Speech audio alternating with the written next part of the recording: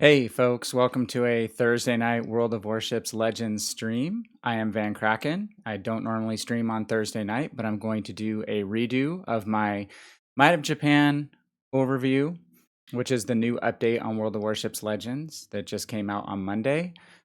Last night I had some clipping with my microphone. I'd like to save this video for YouTube and for some future people to view. So going to do a do-over, a mulligan, if you say, on the occasion of the start of the Masters Golf Tournament for the first time this time of year, maybe ever.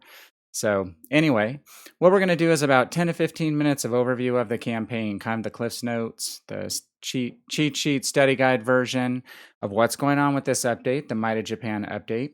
And we're going to cover a couple key things, basically the Azuma campaign. What's that free ship going to be like? How is it going to break down with regard to getting that ship into your port.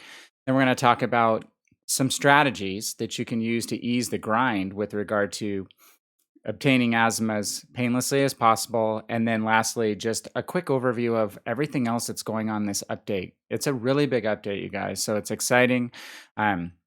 Excited that we keep getting new content into Legends very consistently. And this is kind of what happened with World of Tanks on console. As new lines got introduced on PC, we got those things flowed over to the console tank side. So excited to review that stuff with you tonight. As I mentioned, I am Van Kraken. I've been playing World of Warships PC for 4 years now, I think in this week, right around Thanksgiving, and was an alpha tester for World of Warships Legends and have been playing it pretty consistently, actually more than the PC since it came out. So I do play both games, and I'm new to streaming, but I'm going to be streaming both games. So basically with an angle towards beginning players, basic strategies, basic tactics, general information about the ships. I'm not an encyclopedia of every single fact. What I do hope is that I can give you some pointers that will make this game more enjoyable, especially when you're new and starting out, when it can be pretty frustrating when the mechanics and the different ways the game operates don't necessarily make perfect sense all the time, which is when a lot of people tend to, I think, give up and quit, is in that early stage. So let's keep you playing. It's a great game, World of Warships, and the community is overall a really good community. So you'll see that across Twitch with the different streamers of different ages and backgrounds and styles who stream this game. All right, so jumping into this update, the Might of Japan update, Yasen Butai. Did a little searching on the Google, and Night Operations Force Navy is roughly what Yasen Butai stands for. So Night Operations Force Leader, I guess, is the rough translation of the first part of this update, which is November 9th through December 7th. That is the Azuma campaign, basically to achieve the Tier 7 Azuma Cruiser.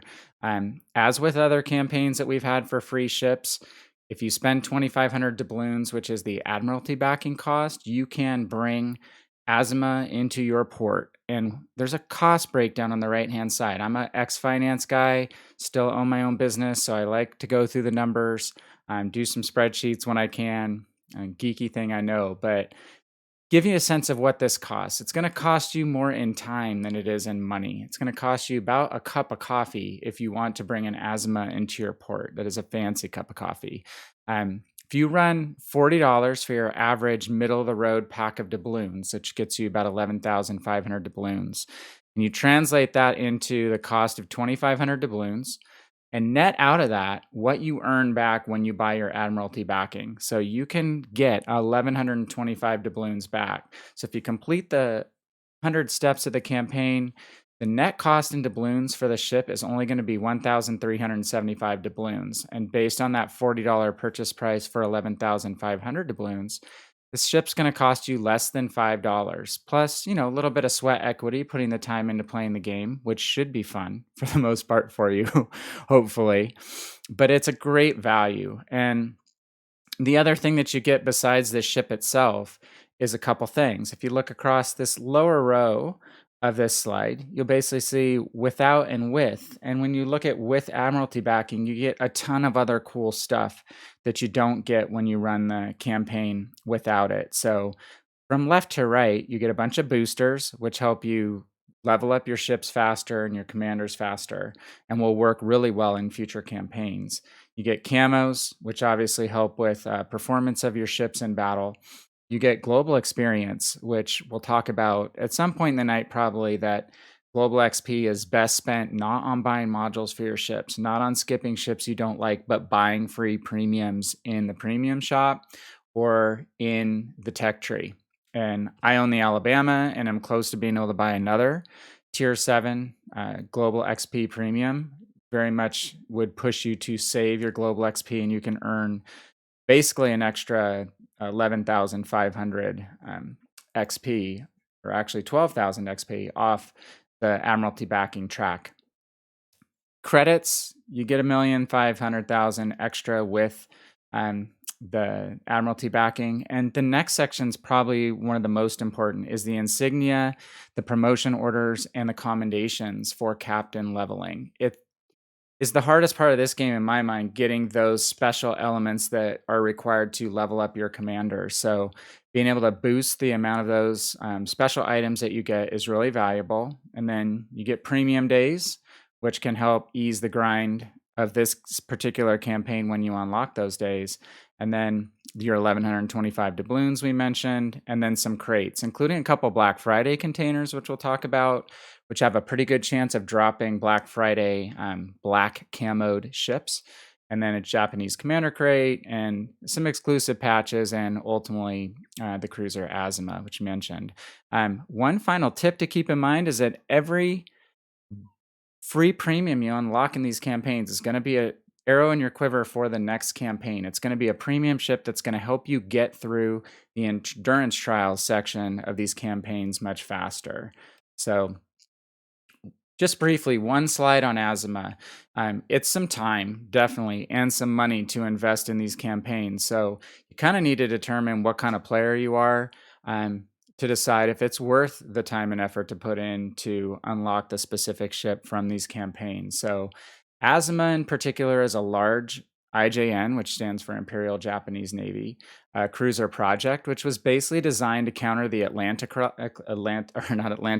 that's small cruiser, Alaska class cruisers, which you'll see in the legendary tier of World of Warships Legends, is a cruiser that's basically battleship size with small tier battleship guns, essentially. So Azuma actually has slightly bigger guns in caliber than the Alaska does, and she was meant to counter her. Her main battery carries 9 310 millimeter guns, which basically take advantage of Japanese HE shells to the greatest extent, or high explosive shells. Japanese shells have a better average fire chance than other lines and a higher alpha strike. If you look at the chart on the right-hand side, the pictorial graph there, you actually have a 27% fire chance, which is about as good as it gets with a cruiser shell, and 4,500 HE shell damage, which is your quote-unquote alpha damage or alpha strike. Plus it knocks out modules and wrecks DDs and that sort of thing, destroyers. So she's a good ship with regard to HE spamming, or basically high explosive shell spamming, which we'll talk about in a second with regard to play style. She has a large HP pool, 52,500 hit points, but those hit points are going to drain out fast if you expose her to battleship or cruiser fire early in matches. So she only has 27 millimeters of armor on her extremities, meaning her bow and stern. And a battleship, even a lower tier battleship, will exploit that very quickly. Where Alaska has an advantage over Azuma, maybe not in gun caliber, she does have an advantage in armor plating on her bow and stern. So she can bounce some shells when she's angled that Azuma cannot. Repair party. Repair party is your basically your consumable that builds back HP after you lose HP. And she has the advantage of having a quicker cooldown, so you can use your repair party quicker than you can on other Japanese ships and some other ships in general. So it gives you a chance to repair shell strikes. Just realize you can repair more fire damage than you can citadel damage or armor piercing damage. And Azuma is going to take a lot of citadel damage if she exposes her broadside to, again, cruisers with good AP rounds like US cruisers or battleships of any nation, essentially. So play style, she's going to be a best fit for you if you like to long range HE spam for the first half of a match at least. You're not going to want to run in and try to cap. You're not going to want to try to get in too close and necessarily hug islands with this ship. She's a big ship. She's not super maneuverable.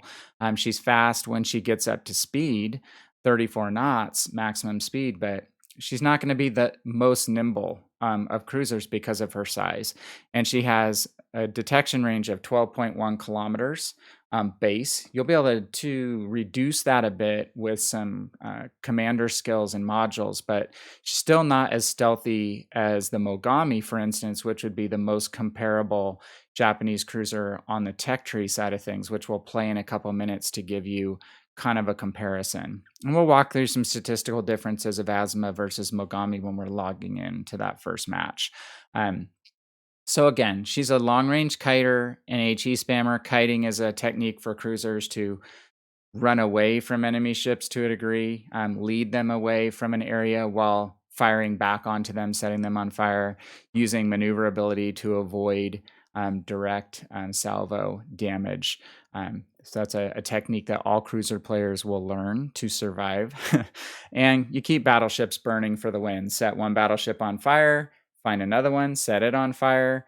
First battleship repairs, go back and set it on fire again. So you're stacking not only your alpha damage or shell strike, you're stacking your fire damage on top of that, and helping to take down enemy capital ships and any destroyers that get in your way. I got nuked by an Azuma last night that came around an island while I was driving a destroyer, and it is a thing. She will take advantage of wrecking your modules and wrecking a DD with her HE capability. All right, so Yasen Butai Leader is the name for the Azuma campaign. These are more challenging mission sets than what we had in the last few campaigns, including the 80-step mission we just had, Steel Redeemer, for the Benham Tier 6 destroyer. So this is a Tier 7 ship, so you'd expect it to be more difficult than achieving a Tier 6 ship. And Weekly Havoc is going to break down into 5 steps this time, not 4. And you can see the normal suspects: ship XP, after bonuses, credits, and then step 3 is going to be the toughest. It's earn 4,500 ship XP before modifiers are applied. So it's what's called base XP. So it's going to take longer to earn in that step than any of the other steps. Then global and commander XP, which are relatively easy to polish off. Ship XP is going to be more difficult. Shakedown trials are going to differ from week to week.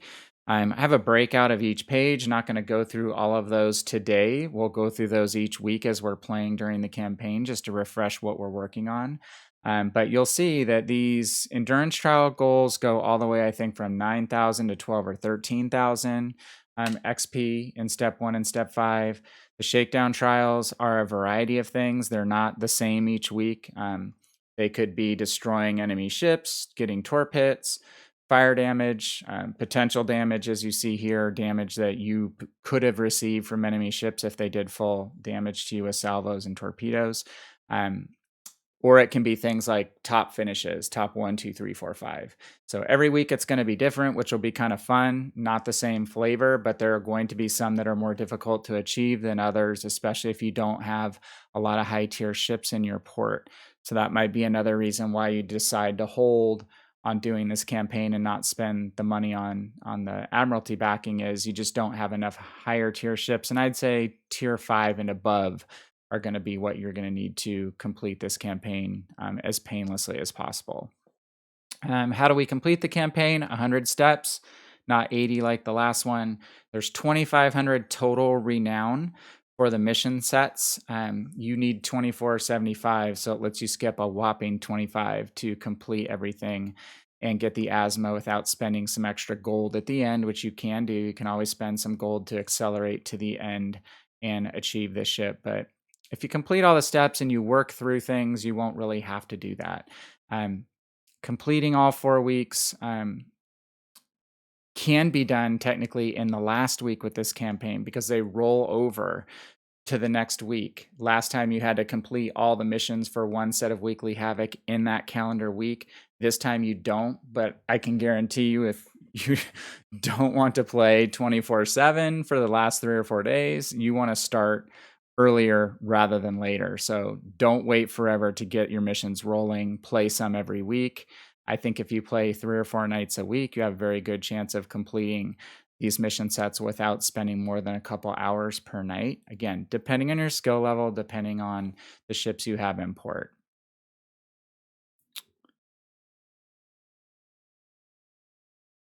All right, we're just penciling through the different weeks. That's week 4. Again, you can see things go up to 9,000 XP. Actually, that's back to 9,000 XP. The worst is going to be week 3, 13,000 XP. Our targets are going to be a little different every week. And the renown will change. The tougher weeks, you'll get a little extra renown. All right, really quickly, get some music started in the background and just some strategies for you really to consider as you're doing these missions. We've gone over this in the other campaigns. The theme is the same.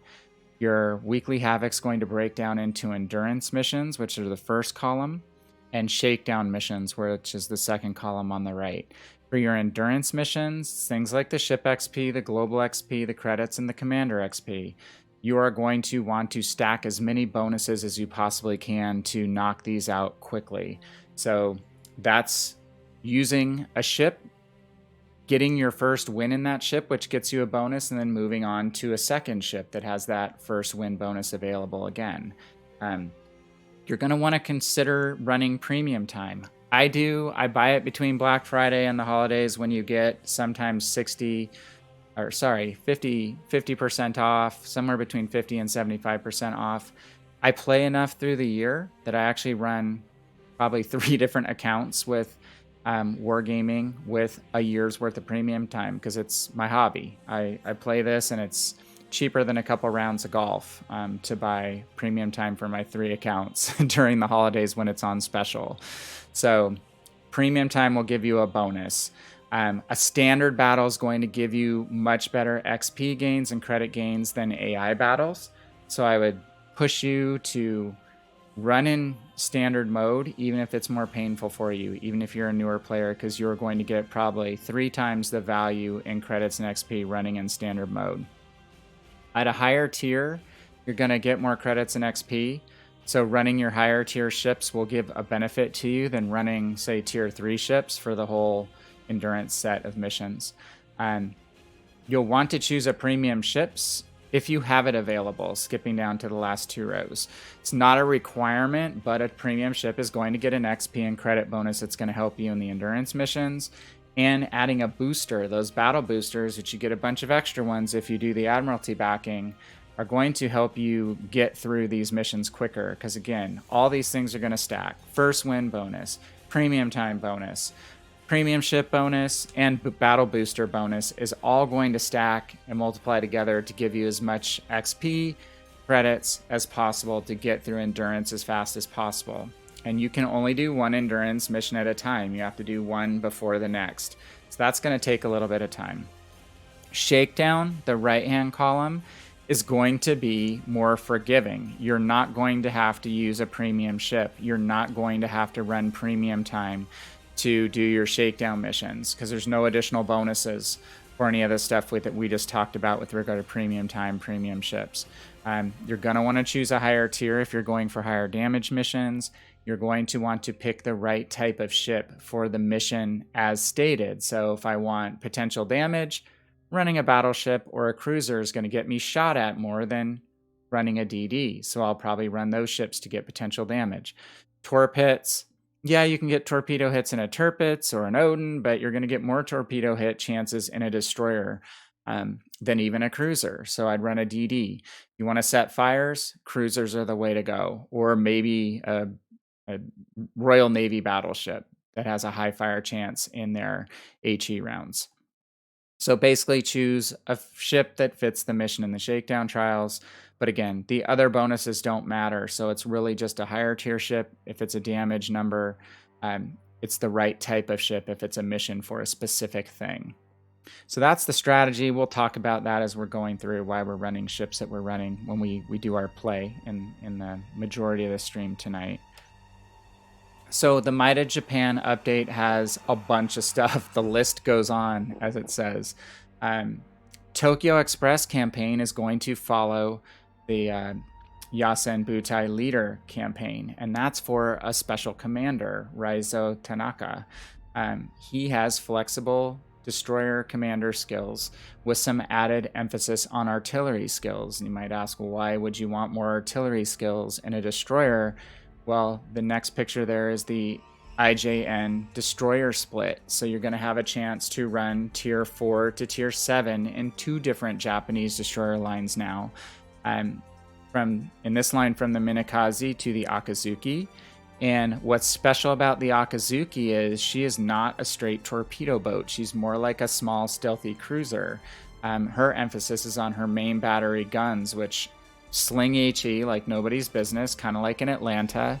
And I believe they have a 3-second reload. So it's a rain fire on your enemies from smoke, which you can't do in Atlanta. You have to have a flint to do.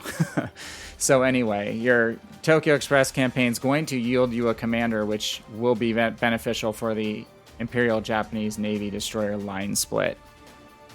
Next up is ranked battles. We're going to have tier 4 ranked battles in season 8 of ranked. Rank can be rank. Sorry for the puns. You're going to get dad puns and dad sound effects on my stream. I'm just of that age. No extra cost to you. But ranked battles do get you some rewards that you're not going to get in regular battles. Get you some prestige if you rank out at rank 1, but it's going to take you time and effort to get there. It's also frustrating at times having teams that don't know how to pursue the scoring and the teamwork necessary to be successful in ranked. So some people really enjoy ranked and love it. Other people absolutely hate it. I'm kind of on the fence. I don't play all the ranked seasons on PC or Legends. I just at times find it too frustrating. But I do try to play for a while to at least reap some of the rewards from leveling up through the different levels. So that's coming, and that's at tier 4. What's cool is that's accessible even if you haven't been playing very long. I would behoove you to learn a little bit about the game, watch some videos, try to learn some tactics, because again, ranked battles performance is going to matter more than just an open standard battle play, or especially versus AI mode. Lastly, with regard to new stuff, the big new stuff is 2 new bureau projects. So Khabarovsk, and Shimakaze are coming in. They're actually sitting in the bureau now. So I'm working on my GK and my Yamato, and as soon as I'm done with those, we can move on to 2 new and very different destroyer projects in the bureau. Khabarovsk is similar to Akazuki. She is a HE spamming destroyer that basically is a cruiser disguised as a destroyer. She doesn't have as much of the prestige now as she used to have on PC. She used to be really, really popular. A ton of people played her. She'd be the bane of Battleship's existence because she has a high hit point pool. She's maneuverable and she's hard to kill. There's a lot of other destroyers that offer that style of gameplay now that are preferred versus Khabarovsk on PC, but she is still a really fun and different ship to play. Also at legendary tier 7 is going to be Shimakaze. So where Khabarovsk is a gunboat, Shimakaze is a torpedo boat. I'm not sure at this point what her actual stats on her torpedoes, but she has 3 racks of 5, so she can get 15 torpedoes off, really deny an area, or bring some serious pain onto battleships and cruisers that get in her way. She has 20-kilometer range options on PC with her torpedoes. I don't know if that's going to be the case. Probably not. Probably downscaled to maybe something like 12 kilometers on Legends. We'll have to see. But a very different play style from Khabarovsk. And if you like IJN torpedo boat, she's really the pinnacle of that on the PC. And she is coming to Legends, so that should excite you destroyer players. I'm not so much a destroyer player, I'm a learning destroyer player. It's the last ship type that I've really tried to move to because I didn't feel comfortable with my game helping my teammates enough early on in a destroyer. So I'm working up to that and feel a lot more comfortable now, and I'm trying to put more games in DD. in and under my belt. So the full update lasts through December 21st, 6 total weeks, including the 2 campaigns for the Azuma and Raizo Tanaka. And one other thing that comes in this update is a secondary battery rework. There's a little more effectiveness in secondaries with regard to, I think, their accuracy. And also there's, I think, a consumable on some battleships which basically gives you a temporary boost to your secondary battery. So pretty interesting and exciting. There's not a consumable like that on PC, so that would be unique to Legends. Lastly, from a shopping perspective, I work in retail. There's Black Friday camo premiums, which are basically the black versions of ships already in the game. I know Indianapolis is one. I'm not sure of the other 3. They will drop in the Black Friday crates at a relatively high rate versus other crates. So if you're looking for a ship that has the characteristics in the black camo options, go for it. Go for some of those crates. But again, if you invest in the Admiralty backing for the Azuma campaign, you're at least going to get 2 Black Friday crates just from playing that mission set.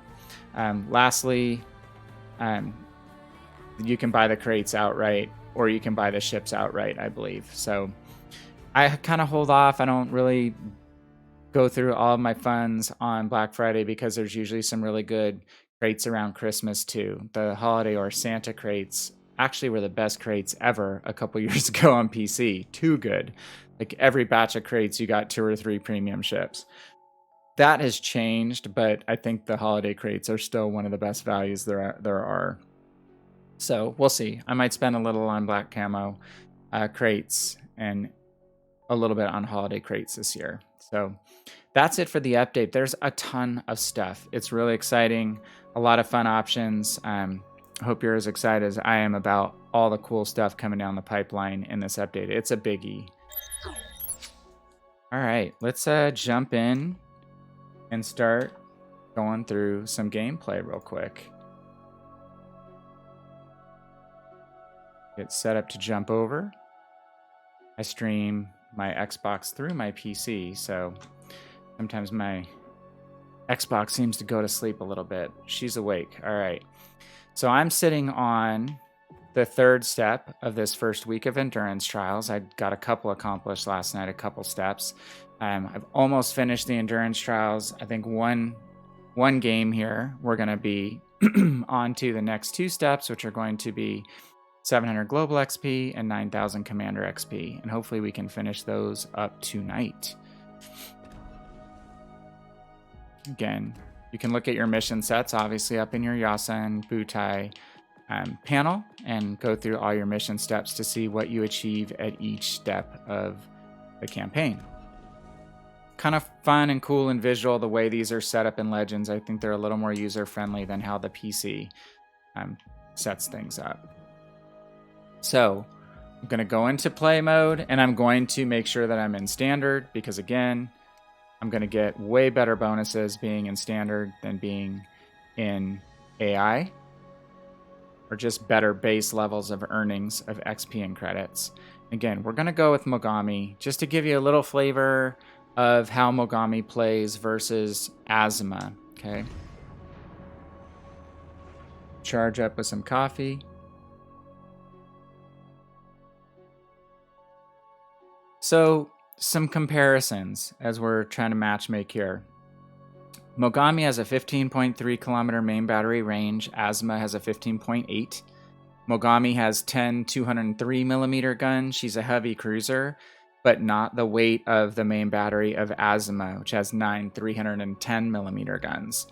That increases your fire chance in Azuma from 21.5% in the Mogami to 27% in Azuma. That's a big jump. Mogami has lower hit points, a little more maneuverability. She's smaller and stealthier than Azuma is. And she has torpedoes. I honestly have not seen, it's not on the graphic chart that shows you the ship breakdown, the torpedo armament of Azuma. So I'm guessing she doesn't have torpedoes in our version. And honestly, I don't own her on PC, so I've never played her there either. I don't think she has torpedoes on PC either. But Mogami does. So Mogami has 10-kilometer range torpedoes that you can use to deny enemy ships passage through certain areas of the map pretty effectively. You can fire 8 on one side and 8 on the other. Again, put some pretty good torpedo spreads out. Okay. With regard to cruiser play, I don't want to be the first ship spotted on my team. So I'm not going to go straight into a cap. Never going to go straight into a cap in a cruiser in standard mode. AI mode, yeah, it's a brawl. It's a straight out brawl. Not a lot of thinking, just a lot of shooting.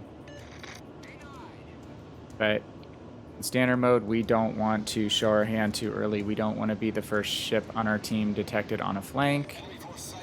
And we don't have any DDs, and we are in a legendary tier game with a bunch of legendary tier ships. Holy crap. So we are definitely food in this round if we don't play in a stealthy manner.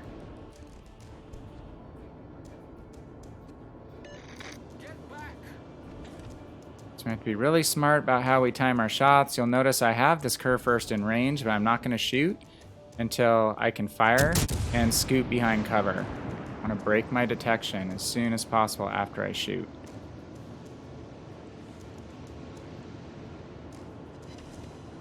Got our first fire. Gives me a chance to play a cheesy sound effect, which is free, no extra cost to you. Concentrate fire on the enemy warship. Man, multiple Yamatos. I'm a one-shot kill for these ships, guys, so you've got to be careful. I am stacking damage on that curve first, which is fantastic. You can see my damage counter is still counting up, so when I'm playing a cruiser, I'm always watching that. If I hit them once, set them on fire, and that immediately stops counting up, I know they've used their damage control party, and I want to get them on fire again as soon as possible with a fire that will stick in place and cause more lasting damage by burning until their damage control party resets or the fire burns out, which is a relatively long amount of time on a battleship, less on a cruiser and a destroyer. Fire strategy is something you'll have to pay attention to in the shakedown trials. What'd we say? We have a 15.3 main battery range, so that's important to keep in mind. If we shoot and we are in line of sight of any of these capital ships within 15.3 kilometers, that we will be detected. So I'm going to hold off on firing right now because this Alaska will be able to see me, and all these battleships will be eager to shoot the low tier cruiser first. I don't know what ship of ours went into a Wichita. It's exactly why you don't charge a cap in a cruiser. I know we don't have any DDs, but ooh, man, Yamato just pegged him. All stations, concentrate fire on the target. Guessing it was Yamato or the curve first. I could set him on fire. 5 hits, no fire. Fortunately, that prevented us from taking him out completely, but we chipped in. All stations, concentrate fire on the target. So we're just basically going to stay in the second line in this match. I will use my stealth later to cap, if possible. The last thing I want is to get close in and get spotted by their one destroyer, and then just get, again, one shot, dev struck by one of these battleships. I'm going to call out the Alaska. Fire on the designated target. It gets spotted. Their DD is in the vicinity. You can see all the torpedoes. Their DD is probably on the right-hand side of this island. What kind of DD is it? It's Kagero. It's Japanese. Of course, has long-range torpedoes, and it's very stealthy.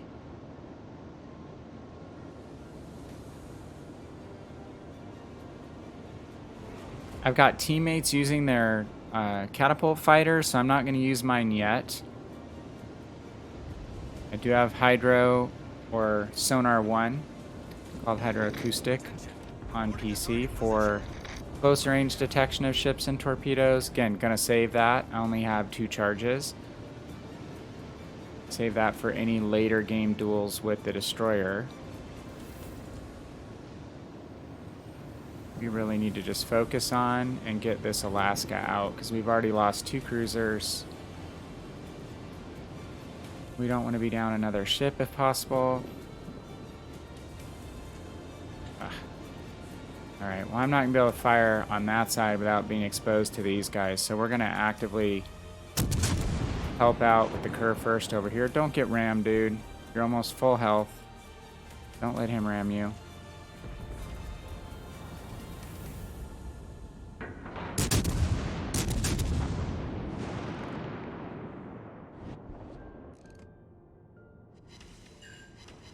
Hey, there's a fire.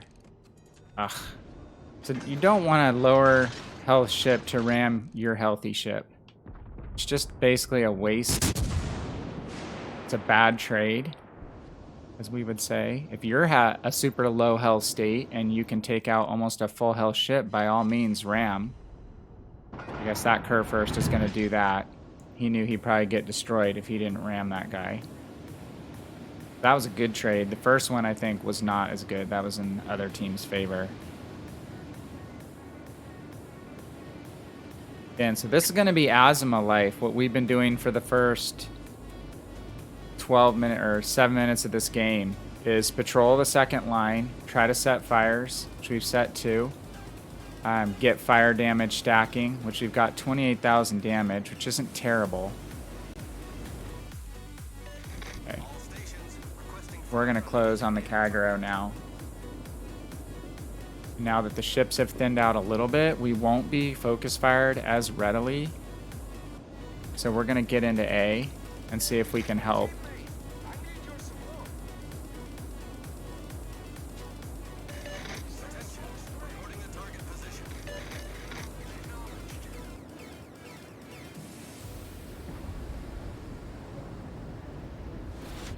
Just signaling that I realized can get in and help out now. I'm going to take a flyer. See if we can hit that Kagero before he can torpedo our battleship. 1 hit. Battleship knew he was there. It wasn't a good play for him to push into the Kagero.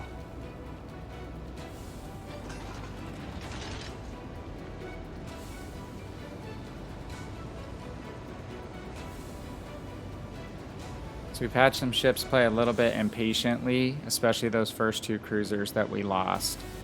So where we're going to pay for that is now in the later stage of the game.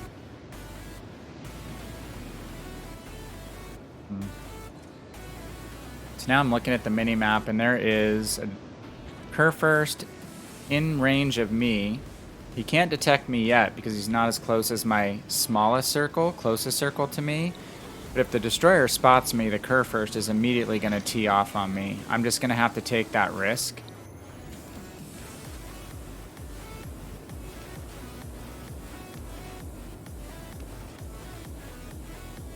Kind of want to keep the Kagero on this side. Hopefully the Kurfürst will get focused in on our battleship and cruiser here.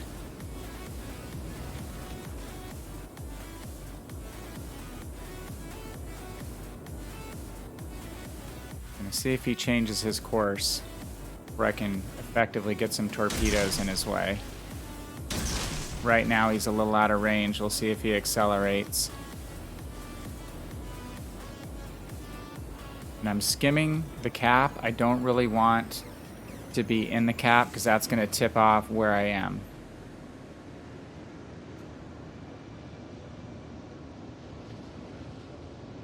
Looking for my icon that shows that I'm detected. Actually, we're just gonna have to play aggressive here for a minute. Way more aggressive than we would want to. Put my fighter at. I'm gonna go to guns on the curve first. I'm going to do a sweeping turn so I can get my other torpedoes on him. Oh my. How'd those other guys die too so quickly? Alright, well what I would have done is hook and put 2 more torpedo salvos across that guy's path. Low tier cruiser, especially a Mogami, which is squishy in a legendary tier game, just doesn't have the ability to dictate the pace of play and push a carry. You're a support ship, you've got to play as such. I mean, we did okay in that battle, I'd imagine. We did get our step completed. We got our base XP completed, step 3 of endurance. And we didn't do a ton of damage. We wound up in 6th place ahead of 3 teammates, 2 of which who died early, the Alaska and the Wichita. The one benefit of being a low tier ship in a higher tier match is you get more XP and more credits for damaging higher tier ships, so that's a benefit. Alright. We don't need a booster for ship XP. We now need a booster for credits, I believe. Let's double check that.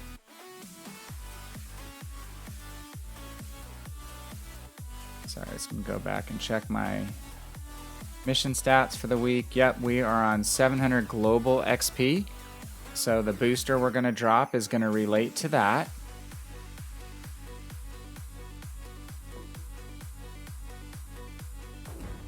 And why not a triple? We have 74 of them. I earn a lot of boosters in these campaigns, guys, and from doing daily missions. That's why my stock levels are generally 45, 50 or more of the triples.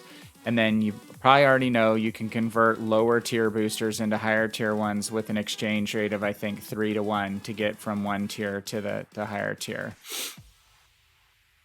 So let's triple up on global XP. Let's try this again. Let's get another game in Mogami. Hopefully it'll be a little more favorable team performance and ranking in the tiers here.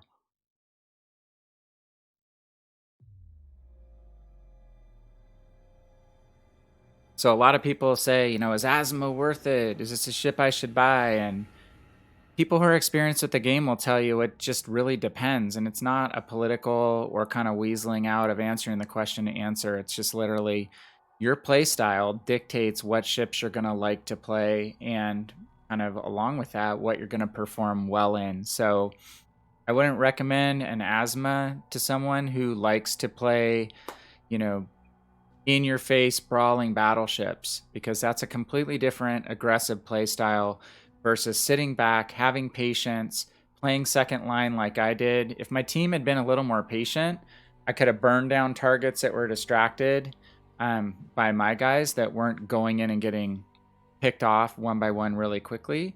Could have provided them a lot of fire support and kept those battleships burning while they were hitting them with AP with their main batteries.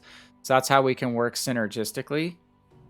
I like that play style. I play a lot of cruisers, which have to be in support positions, can't be the mainline brawlers, and can't go into the caps immediately like a destroyer captain can, destroyer boat can. So again, whether you're going to like Azuma totally depends on your play style, but just be educated before you put the time in and effort in and spend the money on a certain ship. You know, do a little research. The World of Warships wiki, even for PC, is really helpful. If you read up on the ship reviews from PC, they're not going to be exactly the same statistically, but the flavor of the ship is going to be the same. You know, it might be French vanilla versus regular vanilla, but it's still all vanilla, not chocolate. That makes sense? Maybe, maybe not. I think it does. So, torpedo angles on the Mogami are really not favorable. You have to show full broadside to get your torpedoes off. And we're just going to do that for fun and speculation, just in case a destroyer decided to run this channel. Sometimes you can get lucky and catch one of them out. I'm going to loop back around on this cap and just check the rosters. Legendary tier again. It's funny. I played a lot of tier 7 matches last night. Did not have one legendary tier game tonight. Our first two are already ledged here.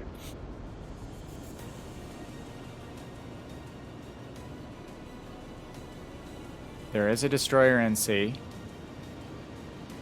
Cap is turning.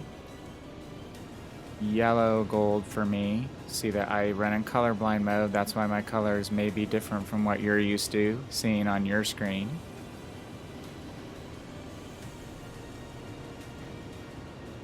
And I just have to be careful. If I know they're a destroyer that's still alive, looks like we killed one already, which is fantastic. If they spot me up, I have to expect that these capital ships behind the destroyer are going to open fire on me. God, my 10-kilometer torpedo's just gonna die before the Kutuzov gets there. What a bummer. But that's just an example of how you can surprise people with 10-kilometer torpedoes, even from a cruiser. Mogami is pretty stealthy.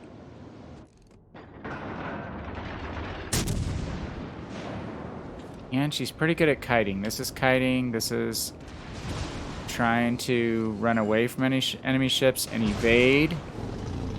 Wiggle our butt.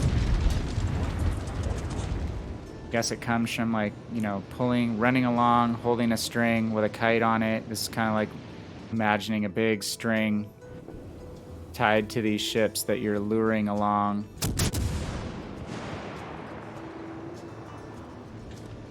I'm going to stick with high explosive just because Mogami is really good at setting fires, which Azuma, again, will be even better.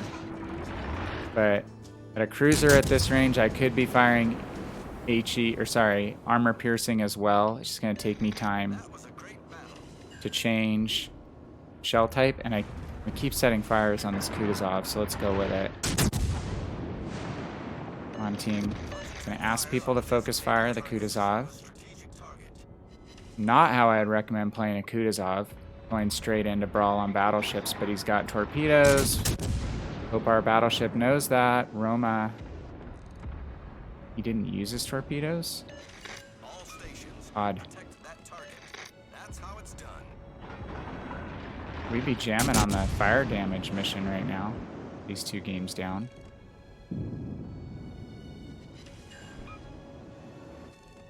Okay. Good work.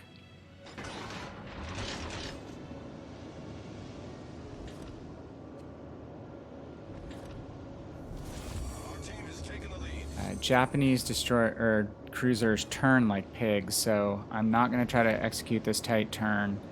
I am going to try to provide fire support on this Fletcher.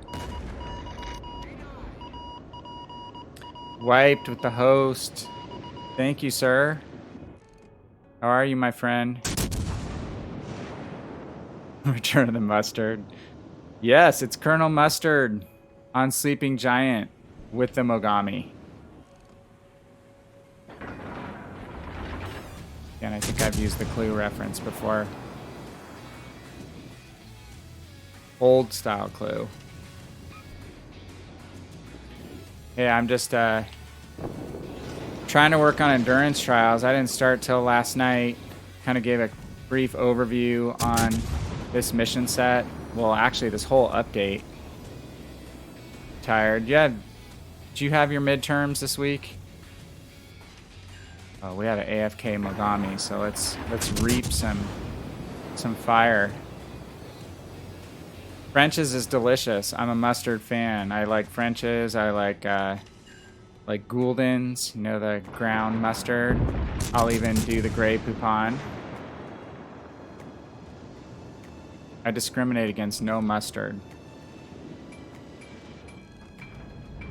So this Yamato's low health. He's backing up. Let's see if we can get a fire on him. Help finish him. How did that not hit?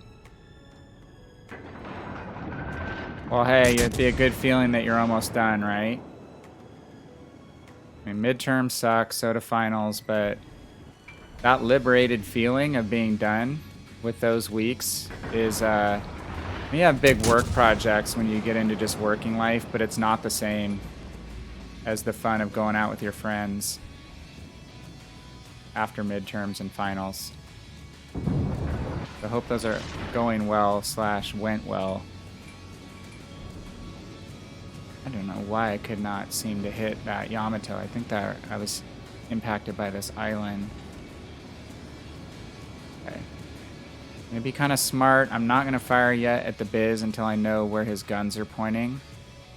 Okay, they're pointing my direction, but he's fired now, so I can fire and then start evading. If you want to play some games, wipe some sync drops, I'll be done with this before too long. Or if you're just hanging because you're tired, that's cool too. Or just dropping by. Another fire. Fun catching your stream the other day. It's supposed to be working when you're streaming during the day. Yeah, my team is kind of throwing, aren't they? I'm not going to let it happen.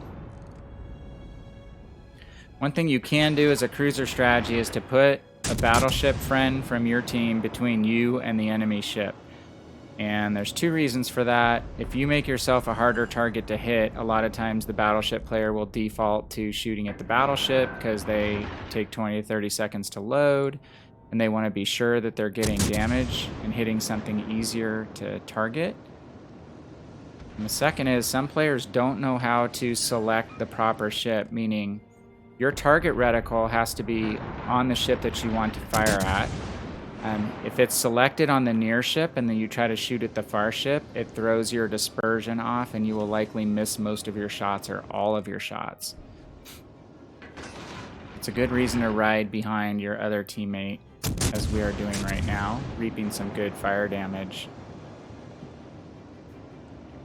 We've been comparing this ship to Azuma. This would be similar to later stage Azuma. You can push later in the game with a ship like her. You're just not going to want to do it at the beginning of the match when the battleships are plentiful and able to focus you down. We keep getting fire damage on this guy. The cruiser behind us somewhere firing at us too now. Up, he's in A. It's changing to their team. And we had some splashes behind us. Okay, cool. This hopefully is almost done. So, we know the enemy's in A. And this ship does not have a great turning radius, so unfortunately I'm going to have to take the long way around.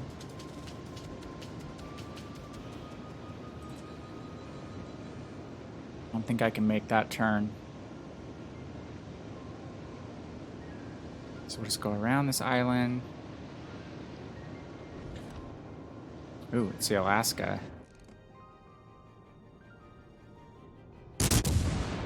So when a ship's behind terrain like that, I'll look at two things. I'll look at their speed, whether my mountain icon is lit up, meaning whether I can get my shells to hit or they're going to impact the mountain. Then I guess actually the third thing is I'll check the mini-map and see whether they're parallel to me or whether they're perpendicular. If they're perpendicular, I have to fire in a straight line front to back. If they're parallel, I want to lead side to side. Might be able to get a shot through this gap. Well, peekaboo window. Nope. Hit both sides.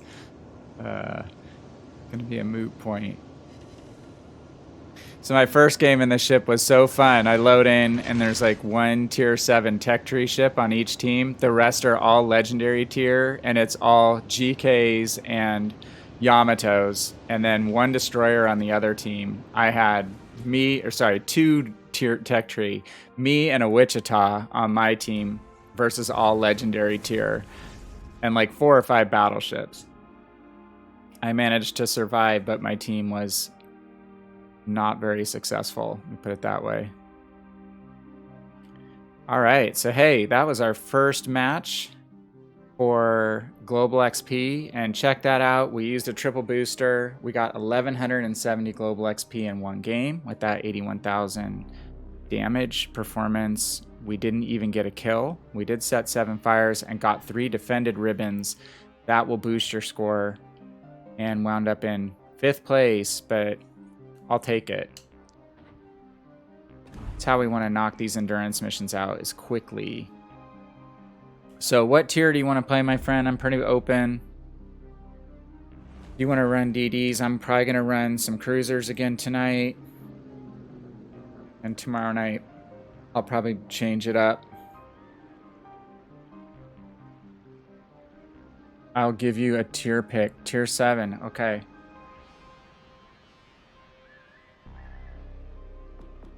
It's a ship I've had in port for 3 weeks. I finally got her kitted out last night. And we are going now for Commander XP. So we're going to leave our ship XP booster on because I'm actually trying to earn the upgrades on this ship. She's stock. And I want to do a triple Commander booster, of which I have a crap load. And yeah. All right. Let's get ready. And I'll say ready. 3, 2, 1. Ready. 3, 2, 1, and go.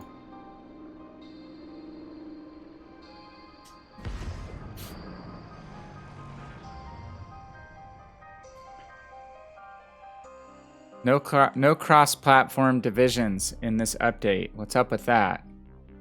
Or not in the near future.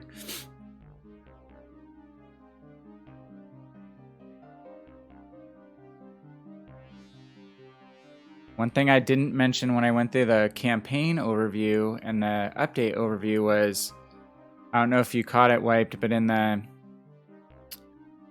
description for the Japanese destroyer line split, they mentioned that these DDs have better AA, which may be useful in the near future. So I have a feeling that beginning of the year, we could get a big CV carrier vehicle, aircraft carrier campaign and launch. And that's exciting, and I'm also dreading it. I got crash zone. Dang.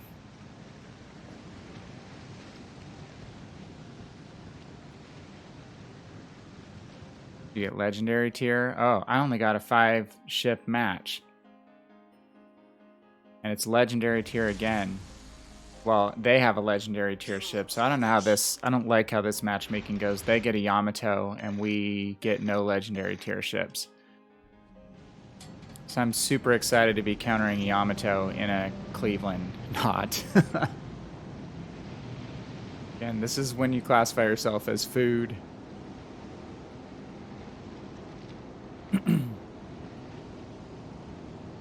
You've Been Wiped Out is a prolific legend streamer, so definitely check him out. I don't know if I can do the right command for that.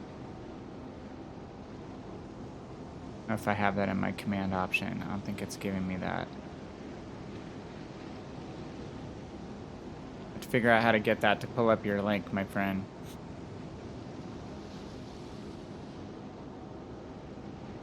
Definitely go by his page and give him a follow. So he's prioritizing school right now over World of Warships. What a crazy viewpoint that is.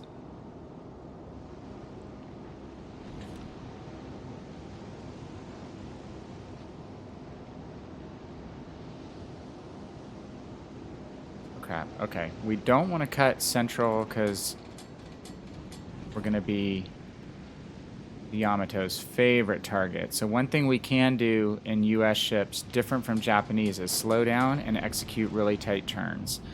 So we want half our ship hidden by this island, and now we want to initiate setting this Yamato on fire. Unfortunately, his plane is detecting us. You can see he's already moved to target us, so we're just going to slide behind the island. I don't think he has the shell arcs to hit us in this position.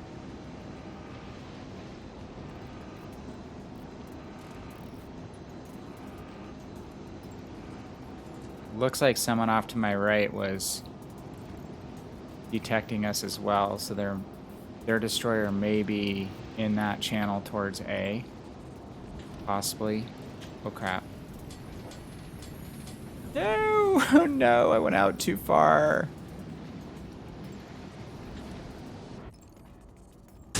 The one saving grace you have against Yamato is their turrets move slowly, so if he had rotated his turrets to kind of work on a different target, there's a fire. It would take him a little while to get his turrets turned, or he'd have to use his hull to turn. Yes, we shot down his plane. We should be good at doing. But you can see he's waiting for us to fire. We're detected, so we're going to fire and pop behind the island again. Yep. We successfully use that as a barrier. So this is kind of classic US cruiser play. Is you have high gun arcs, so you have to work on your aim for one thing in these ships. And the second is they can abuse terrain, so they can fire over nearby islands very effectively when other ships can't. But it also means you have to lead way out in front of the ship and just take some practice. And like any cruiser, you don't want to be giving broadside. Where are the torpedoes? Okay, that's torpedoes from the Atago. The Atago would be the premium most similar to the Azuma right now. Oh goodness, and we have the lightning. So let's execute our sonar.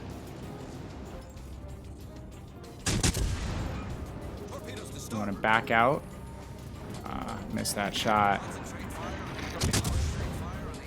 Shoot around the corner.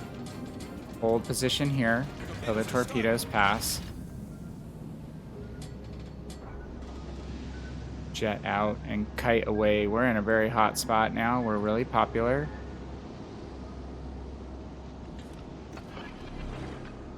Use my radar. One round, set him on fire, and then we're going to switch to armor piercing. Atago also has torpedoes aplenty.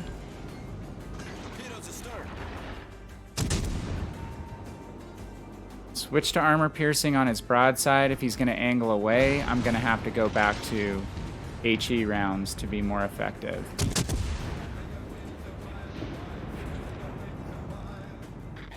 We changed our captain skill on Norman Scott last night to Equilibrium of Power, which is kind of like a skill called IFHE on PC, and that's actually improving the penetration of my HE rounds and giving me more damage against soft cruisers like, or soft targets like cruisers, I should say. Ugh.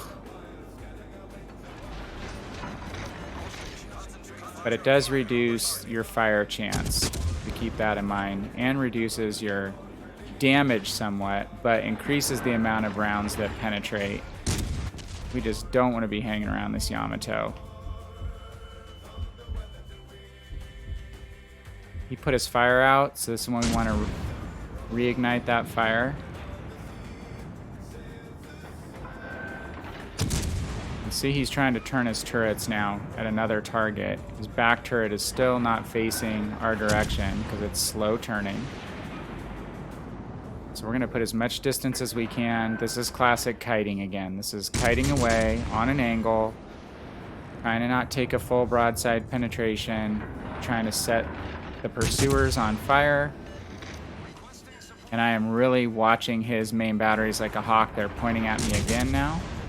When that number lights up next to my spotted indicator, I'll know for sure that he's targeting me. Right now he's got someone nearby that he's worried about, so I'm able to kind of hammer away on him right now. Show a little more broadside.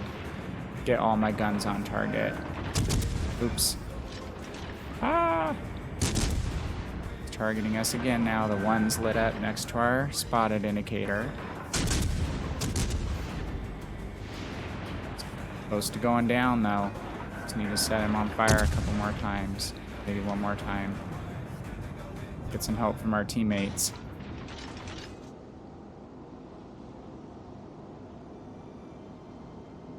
And we are way down by the edge of the map, which is not where we want to stay.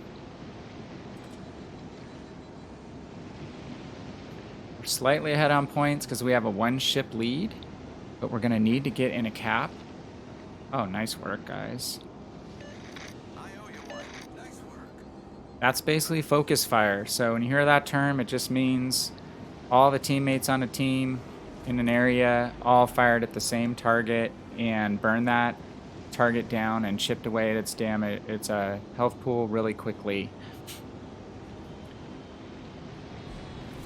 That's how you take down a whale like that, is a lot of harpoons. Not that I advocate killing whales. I actually really like whales. So that's an outdated analogy.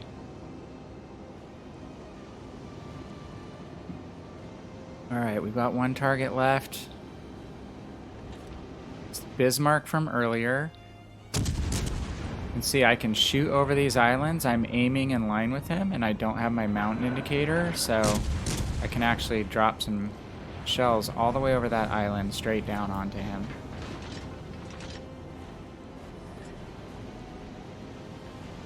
We can kind of charge his position a little bit, use our radar when we get close, detect when he's coming around the corner. And then again, once he comes around that corner, I'll either bow in towards him or angle away from him.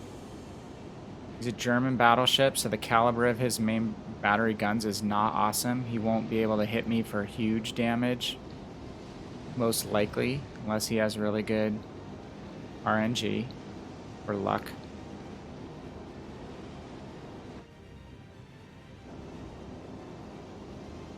We do not have torpedoes in American cruisers. If I were playing the Mogami, I could approach this edge, put a whole spread of torpedoes out right here, and if he came around that corner, he'd be nuked before he could do anything to me, but I have to play it a little more carefully in a US cruiser, so I'm going to use my radar now.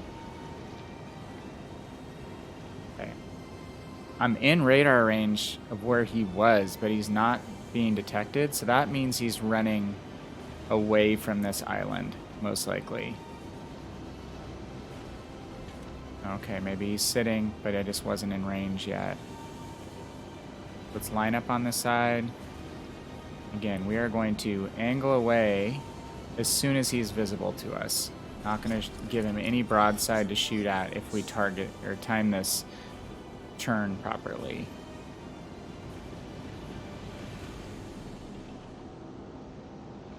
We're just going to proceed to get him on fire as quickly as possible.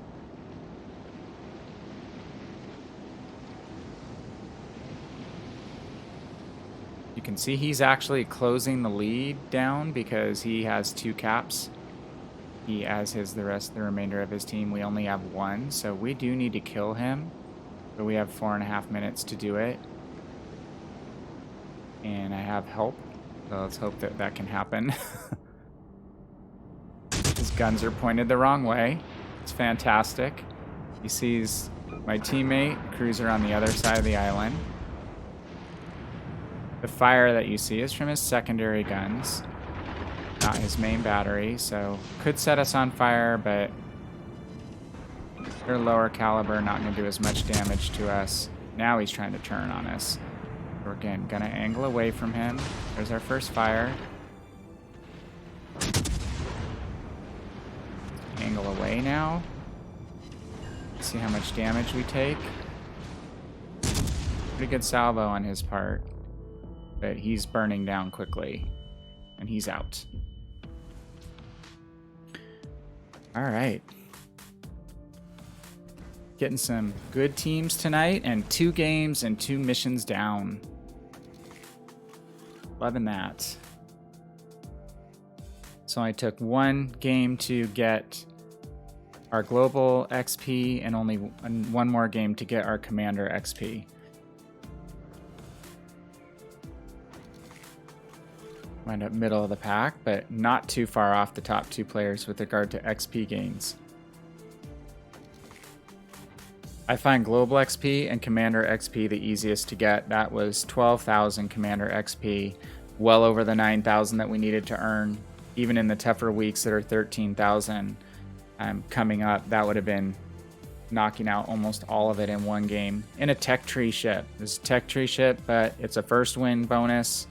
If we look at our economy, over on the far right, is our Commander XP. So we got a premium bonus on top of our base Commander XP. And then we got 7,000 extra XP for using the triple Commander booster. And the other ship modifier is the first win bonus. And then I got 1,149 XP for running premium. So you can just see how all those things stack together. The first win, the epic booster, and the premium bonus added another like 9,000 XP to our game. All right. Tier 7 again. Okay. Let me double check really quick. So I think we have fire missions, right? In Shakedown. So this should lead in pretty nicely. So go back into Weekly Havoc. Shakedown, we can complete all these at one time. They're concurrent. So we have potential damage and 45,000 HP due to fire. So this will set up well for cruiser play. Because we'll get fired at a lot and we need to set fire. 55 crates. Last time I had like 100 and something. Dude, it's funny. On PC, I have 265 crates on my main account. I haven't opened any since the 5-year anniversary celebration.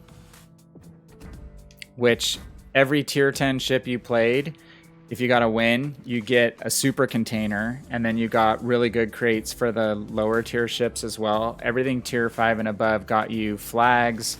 It was tier 9, tier 10 got you a crate. So I have all these crates, and I've just been kind of saving them up. So I might get some people to watch a stream if I say 275 crates I'm going to open. All right, tier 7. So let's play something different. Let's go Balti, Baltimore. We're still trying to max out the modules on this ship, so I'm going to leave a booster on for ship XP on this ship as well, but just a double. Okay. All right, I'm ready. So let's get ready. 3, 2, 1, and go.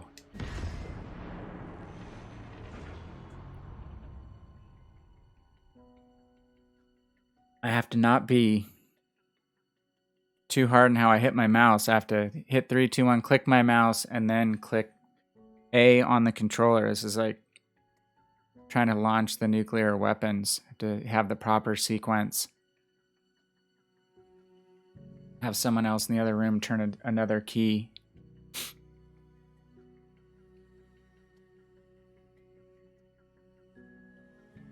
Little longer to load. Be nice not to get a legendary tier match if I'm not running a legendary tier ship.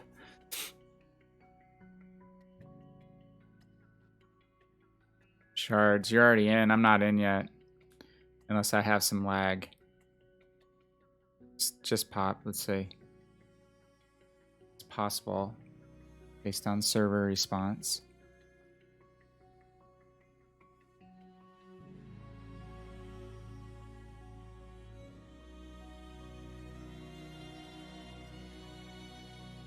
Hey, so you went car shopping. Did you buy a car?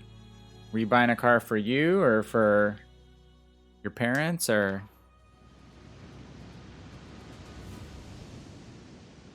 Based on what I saw of your sister playing Pokemon, I'm assuming she's not driving yet. Oh God. I'm in a all legendary match again. 1, 2, 3, 4, 5 on the enemy team. Oh, a cat. Oh, a car. Okay. So you guys did wind up buying something. We just had to buy a car for my wife. So the one thing I'll say is that the internet and the information you can get there. Oh, your sister's older than you. Okay, well, that's okay. You can still play Pokemon. Collect cards, especially if you're a collector.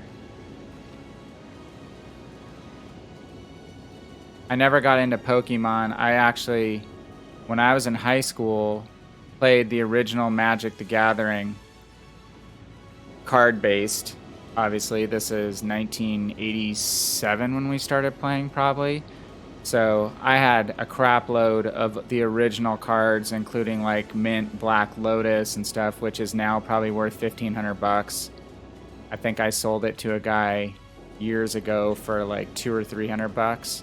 I should have saved it. Concentrate fire on the Well, that's cool. Hopefully it was not a painful experience. Car dealership can be fun, or it can be a real pain depending on the dealership. all stations. Proceed to capture that area. People we dealt with were not horrible recently. Invisible ships. Citadeling me.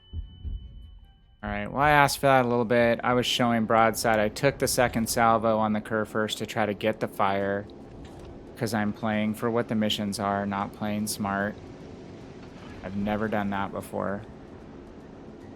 But we did set a fire that he's not putting out, so that's probably an experienced player. It's best if you're running a battleship and a cruiser lights you up to let the first fire burn and save your damage control party for putting out a second fire. Otherwise, if you put that first fire out, I will light you back up on fire again, and then again, that fire will run for the duration of your fire or until your damage control recharges. You'll take a lot more damage. Especially if they can stack more than one fire on you. Good God. Baltimore is giving us good RNG. Alright, the plane spotted us, but the surface ships are not. So this is looking like a good hidey hole in here. Greece is actually a great cruiser map in this center section. I just don't want to get too close to A since there's a destroyer in there who could detect me, but I'm guessing he's on the other side of the island that's in the middle of the cap.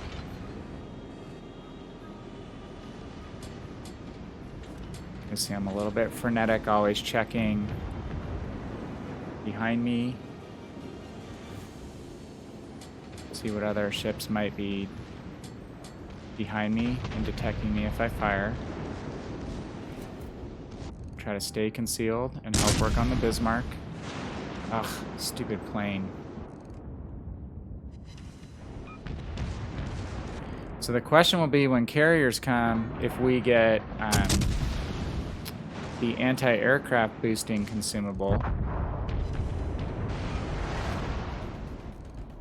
Right now, there's not really a need for it when you're just shooting at enemy catapult fighters.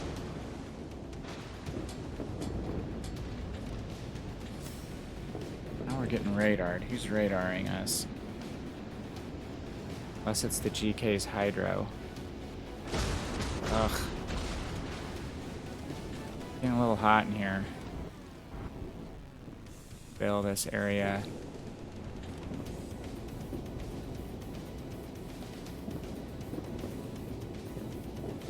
I think it's the curve first hydroing us. It's a really long duration sonar.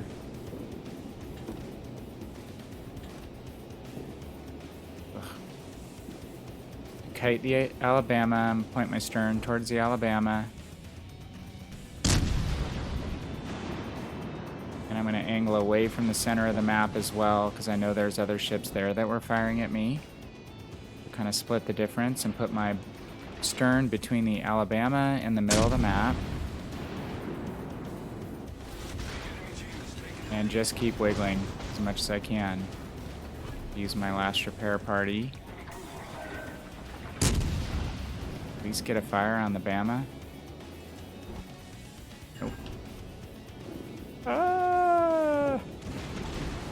Pain.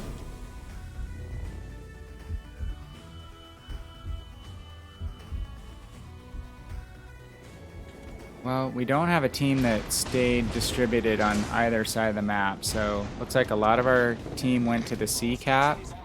So we didn't have support behind us to keep that Alabama and Kerfurst from pushing. So that's what basically got our position overrun. And now that our fellow cruiser teammate is dead, we are going to be the focus of the ships remaining in B, including that Bama. So I'm gonna have to stop firing and try to go dark. Which is basically just technical term for lose detection. Okay, we've done that.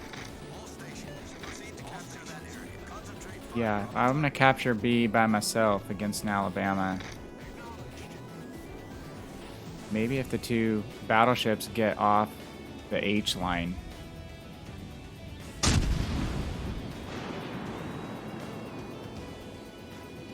Basically can't approach B unless these two battleships to my right actually decide to push. So the Yamatos are kind of doing what Yamatos do, which is stand off and shell from a distance at the beginning of a map or beginning of a match.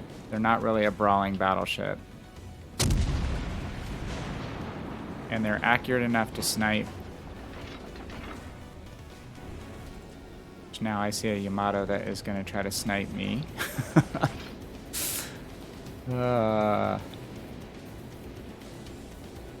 Have not been favorable cruiser matches with regard to the rosters on these teams. That is for certain. Only good news is we have 49,000 damage, so I know we've got a little bit of fire damage accumulated, which will help us on our goals. Our team just getting picked off.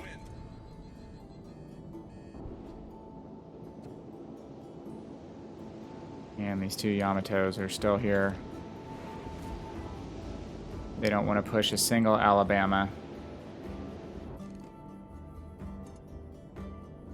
See if we can get some fires on the Alabama. And again, we're going to slide behind the Yamatos. But we have two cruisers coming through the sea cap, so we're not going to be able to slide on this heading for long. Yep, one of them's already spotted and in range of me. I'm gonna have to turn. Fortunately, take my front guns off the Alabama because of that. Now we're getting really unlucky with fires. All right, Wiped. Hey, thanks for stopping in. I'll try to catch you this weekend. I'll probably be on tomorrow night and on Saturday too. So if you stream or get on to play later, let me know. Ugh. We are done.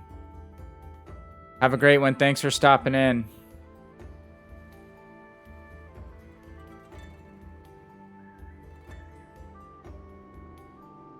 All right, so I got broadside fire from those cruisers in C.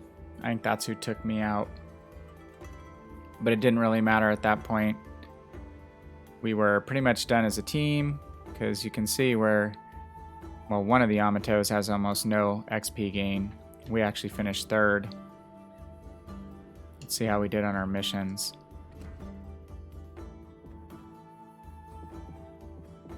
Okay, well, we got 680,000 of potential damage, which is good progress on that mission.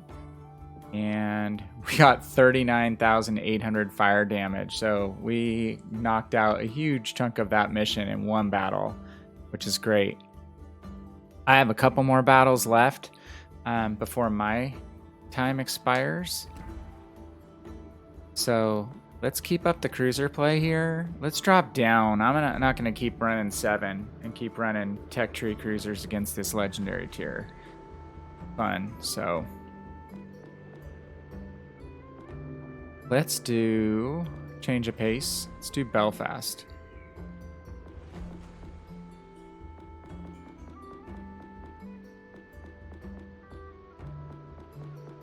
I think I must have changed my carousel settings. Where'd she go? There she is. Okay. We don't need the credit booster on right now. We're going to take that off. And launch in. So Belfast playstyle is going to be quite a bit different from the US cruisers we've been playing. She has smoke, so she doesn't always have to have island terrain to hide behind. So it makes her more versatile in open water. She's more sluggish than Baltimore. Doesn't turn as fast, doesn't start and stop as fast. but she's nimble enough to kite with an open water. And again, you get into an open water situation where you can use your smoke as a temporary concealment. You can oftentimes just hover in your smoke, without an island nearby, set enemy ships on fire, and then as soon as your smoke is getting close to expiring, then move on. Get yourself oriented to have an escape route and find the next position you want to take up.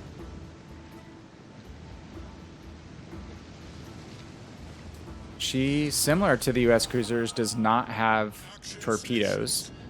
So you don't get that defensive punch of being able to ambush ships coming around islands or ambush ships approaching your smoke screen.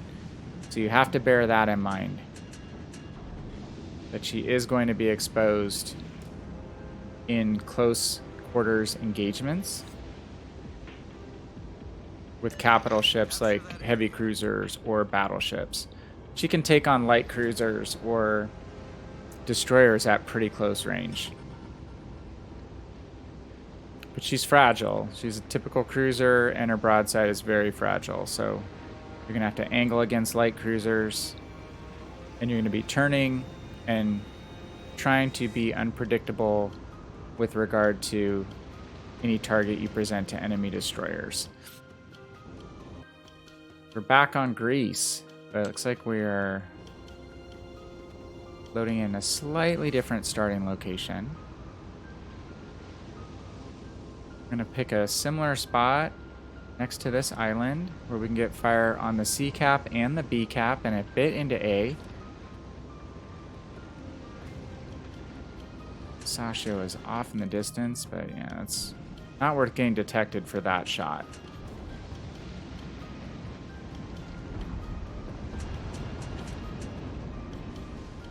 If we can get fire on the Fuso through that hole.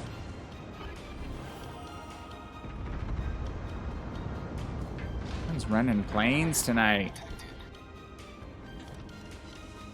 There's a fire. Don't put that fire out. Well, so a lower tier battleship player oftentimes will put the fire out when a higher tier player will not. So the Fuso immediately put that fire out. So if we could set him back on fire now, that would be a great thing with regard to getting our fire damage target finished off tonight very quickly. The pay fast. Yeah, I actually have the Belfast on PC in my original account. I have her and the Kutuzov Missouri. And she's called the Pay Fast because she was pretty dang OP and still is. To satisfy the masses, they just came out with what's called the Belfast 43, which was a later incarnation of the Belfast, but actually is not as good of a ship as the one that originally was in game.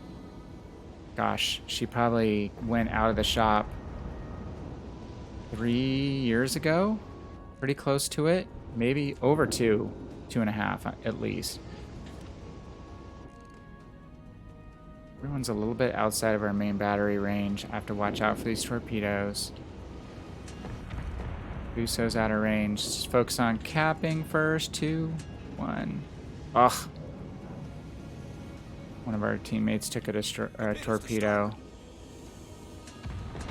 I don't know the range on those torpedoes, so I have to move out.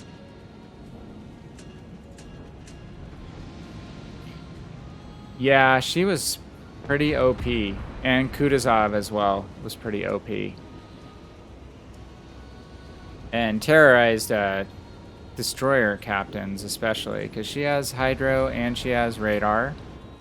So what she gives up with regard to torpedoes, she basically gains as a DD hunter. I bought her relatively early on and didn't play her a whole lot because I just wasn't a good enough player to understand how to use the radar and how to hunt with her. So I remember watching a video from, I think it was iChase, which is a really good content creator on PC, has been for a long time, and just watched him waste like 4 destroyers in 2.5 minutes in one game using radar and sonar, which is called Hydro on PC. It was impressive. So Sasashio, if he decides to smoke up, He's not going to be able to hide. We just need to not fire behind him. The salvo should be better. Should take care of him. There we go. Godzilla's here for our Japan theme stream.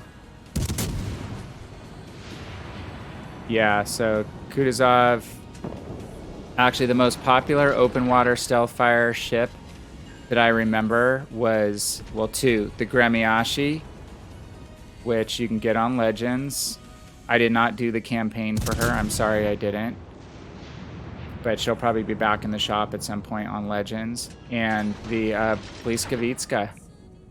Those were like complete open water stealth fire terror ships.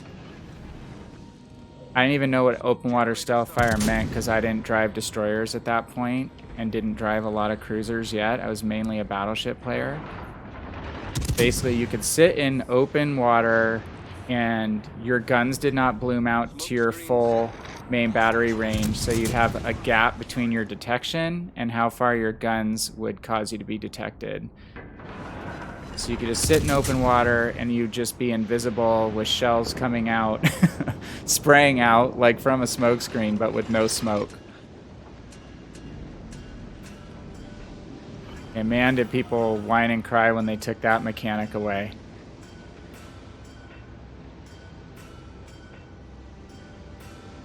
Yeah, Hindenburg. Hindenburg has got power crept, honestly. She's still a good boat. She actually was more used in the last ranked season than has been used in a long time. But she got some serious power creep on her. So she's my first tier 10 ship, and I like her.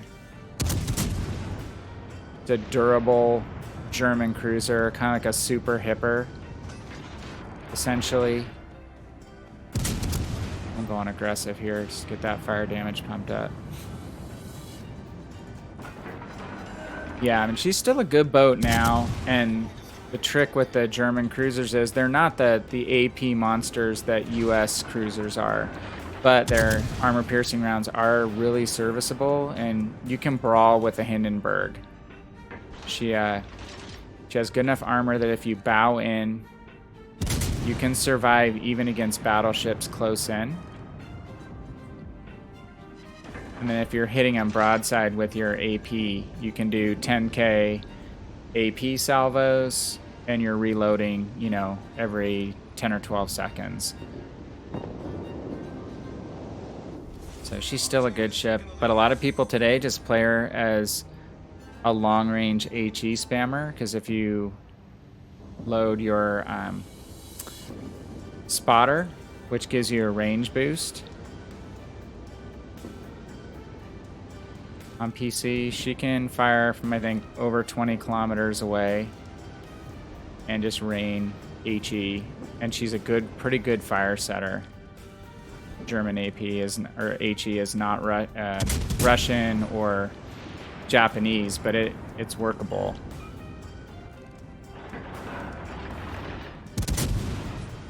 Angle on the Gade. Where we use our radar, she'll smoke up, but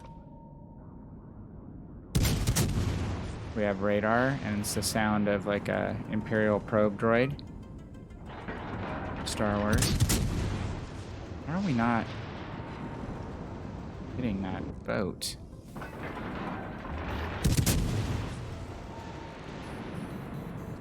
Okay, there we go. All right, 2 to go. We have 3 caps out of 4. We have a massive points lead. Unfortunately, looks like the other 2 ships are on the opposite side of the center line of the map.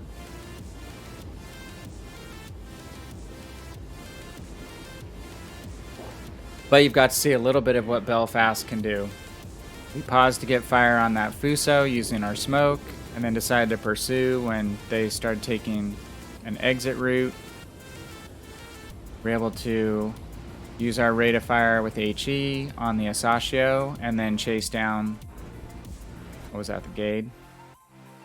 And radar her and take her out.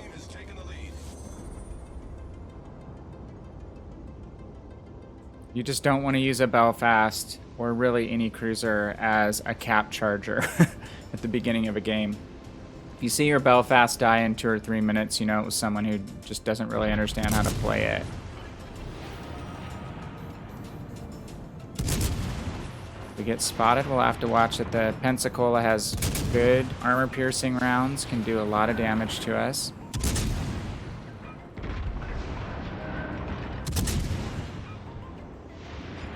We're just being kind of nonchalant right now because we have such a good lead and this is the last enemy ship, so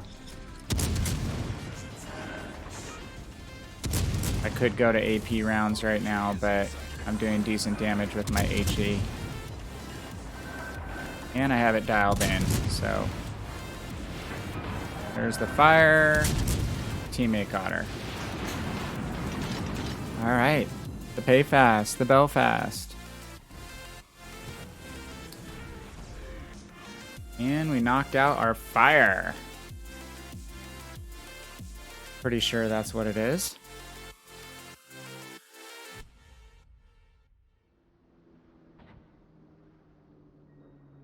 Middle of the pack, but mainly because we didn't have a ton of damage. But situationally, we did what we needed to do. We held down that central area of the map and took out the destroyers when it counted later game. It's kind of classic use of a Belfast, countering the enemy destroyers. And shoot, just want to check missions. Yep, that was fire damage. We accomplished Shakedown Trial 4, and we didn't even get fired at hardly in that game. I think we only got 50,000 potential damage. So back to what I was saying at the beginning of the stream, to go for Shakedown Trial 3, I'm going to want to run battleships primarily to accumulate that potential damage really fast, or an open water cruiser that's not using stealth. So I'll probably run battleships tomorrow night to try to work on that potential damage. And tonight we've just not had a lot of luck destroying ships. In the last 2 games we got 2 kills, so that helps. 2 kills in this game. We'll need 13 ship kills. That just kind of comes along while you're doing other things. So I honestly will not work on getting ship kills explicitly. I don't accumulate as many Krakens as other people, even though it's in my gamer tag. I just work on doing what I need to do to support my team with the type of ship that I have, and the kills tend to just come along with good team play. Again, the type of ship I run will dictate whether I knock out some of these trials quicker. So I will run a battleship to knock down the potential damage mission. And when you run a battleship, you're generally getting ship kills along with that. And Shakedown Trial 4 is done. Making good progress. I think we've got one more, guys, and then we're out. We're going to try to get some sleep a little earlier tonight. So let's go for a battleship. Let's just lead into what we're going to do tomorrow. Again, it doesn't have to be a premium ship. We're not worried about the multiplier. We can run tech tree. In fact, I'll just run a tech tree ship that I'm working on that line. The only bummer is I think the only ones I have are lower tier. So let's do the Bayern. She's tier 5. If I want to get more potential damage faster, obviously running a higher tier ship will get us more damage faster, potential damage faster, but this will be middle of the road at tier 5. So let's run Bayern. And then tomorrow night I'll probably take out my higher tier battleships, mostly of which for me the tier 7s are premiums that I've gotten out of these other campaigns. So I have Roma, which I've never outfitted. Maybe I'll get her kitted out and run her tomorrow night for the first time. I have a Tirpitz that I won in a campaign or earned in a campaign, you know, $5 ship. I have the Odin, same thing. Jean Bart, same thing. And then the one tech tree line that I'm at tier 7 is the Imperial Japanese Navy, and that would be I'm blanking. Not Nagato. Starts with an A. I'll remember it. Yeah, Japan is the only line that I'm all the way to the top of the tech tree.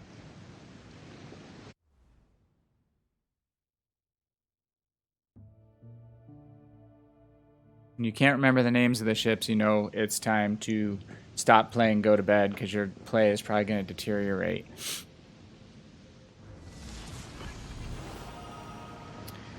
Okay, and there is the consumable down below for secondary batteries. So that's the third consumable.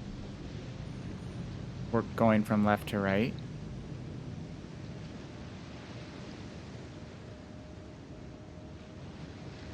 Not exactly sure how that guy works. Amagi, thank you. Good God, I kept thinking Agato. No. I'm so tired, dude, too. It's been a long week. Lots of stuff happening at work. Our infection rate in our state is through the freaking roof, and since we own a retail business, it's not fun worrying about our staff being exposed to people on a regular basis. So I just carry a lot of stress around with me, worrying about the people that work with us. So never felt that owning a business, I'd be making life and death decisions with regard to actual health of our team. Yep. Hey, Rich, how are you, buddy? Haven't seen you for a while. Amagi is tier 7. Should know that. She's the first tier 7 equivalent that I had on PC as well, though she's a tier 8 on PC. Yamato was the first tier 10 battleship that I had on PC, followed by the Montana. They were the only 2 lines available back then, believe it or not. The German line had not launched yet. Doing well? Good, my friend. Are you guys are in lockdown again in your area, or be able to have kind of any normality right now? Our local folks are extremely resistant to lockdown or even wearing masks here, so it's a little bit interesting right now, to say the least.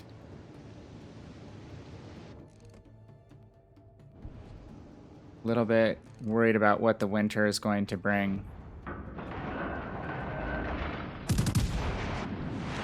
Okay, so big shift in tactics moving to Bayern from the cruisers we've been playing.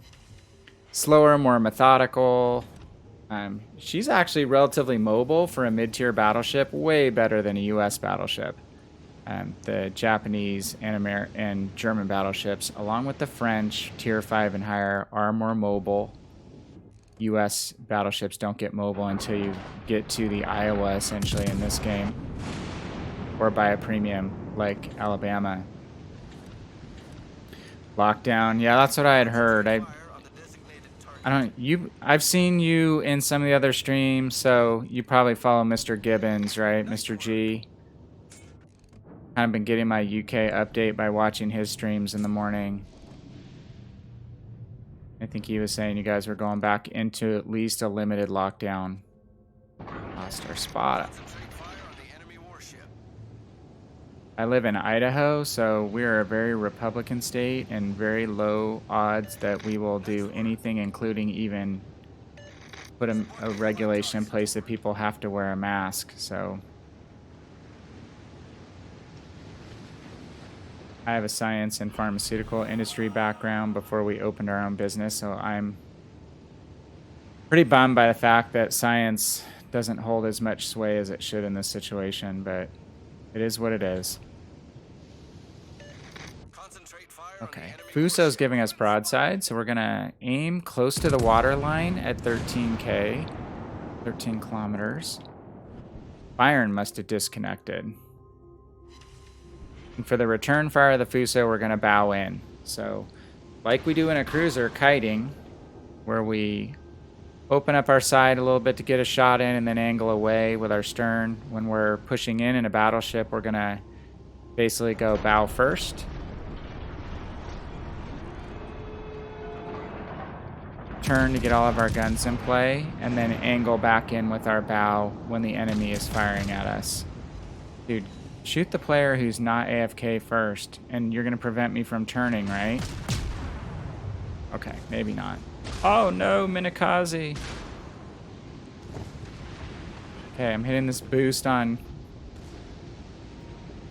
secondaries. Is it going to do anything? Torpedoes, direct front. I steer straight at where the torpedoes will be coming from. Hopefully we'll just take the one. We're hull below the waterline. And we're going to Quickly. prioritize the DD now. Enemy heavily damaged. Got some hits on him.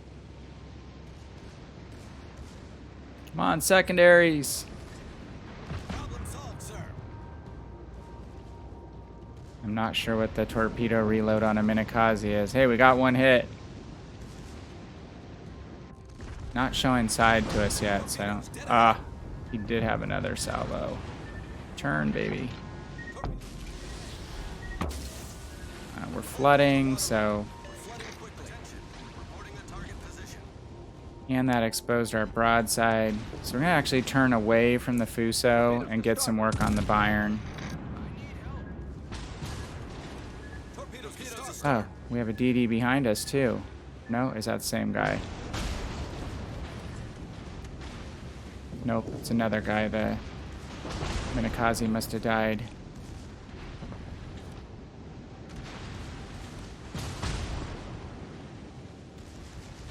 Fortunately, we used our damage control on the first torpedo salvo. We could use it right about now. That'll work. Ah!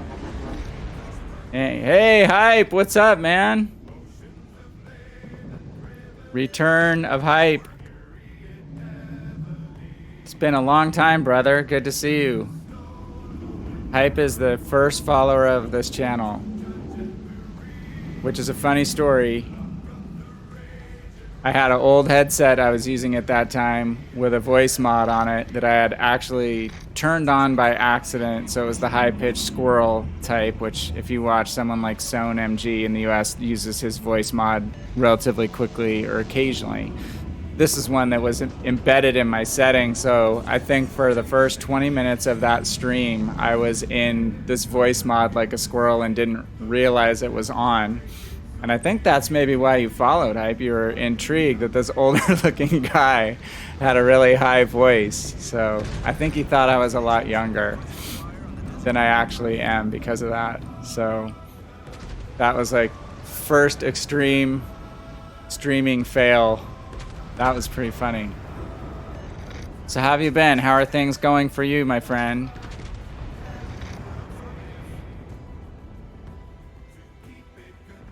School and everything is going well? Your family's well?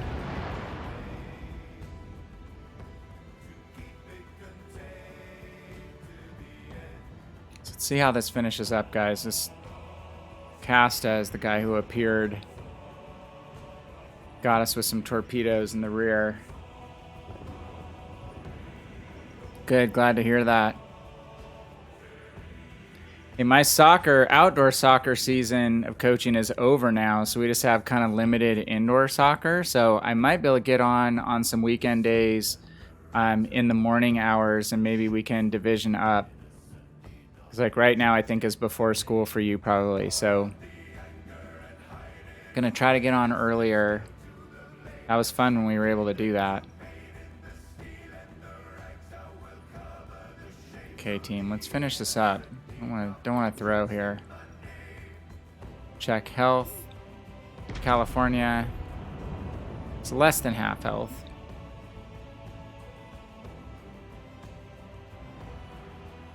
These master guns.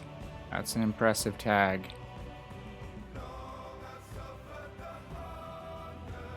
He's burning.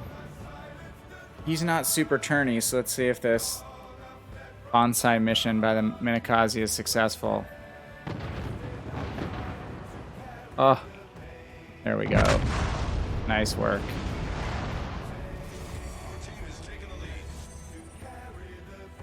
So have you been playing much ships, Hype, or I'm assuming you got your Cleveland all unlocked. I was playing that earlier tonight. I had unlocked it kind of when we played, and then I hadn't played it all. I put modules on it and played it the last 2 nights. So actually had a few decent games in her. Fun ship.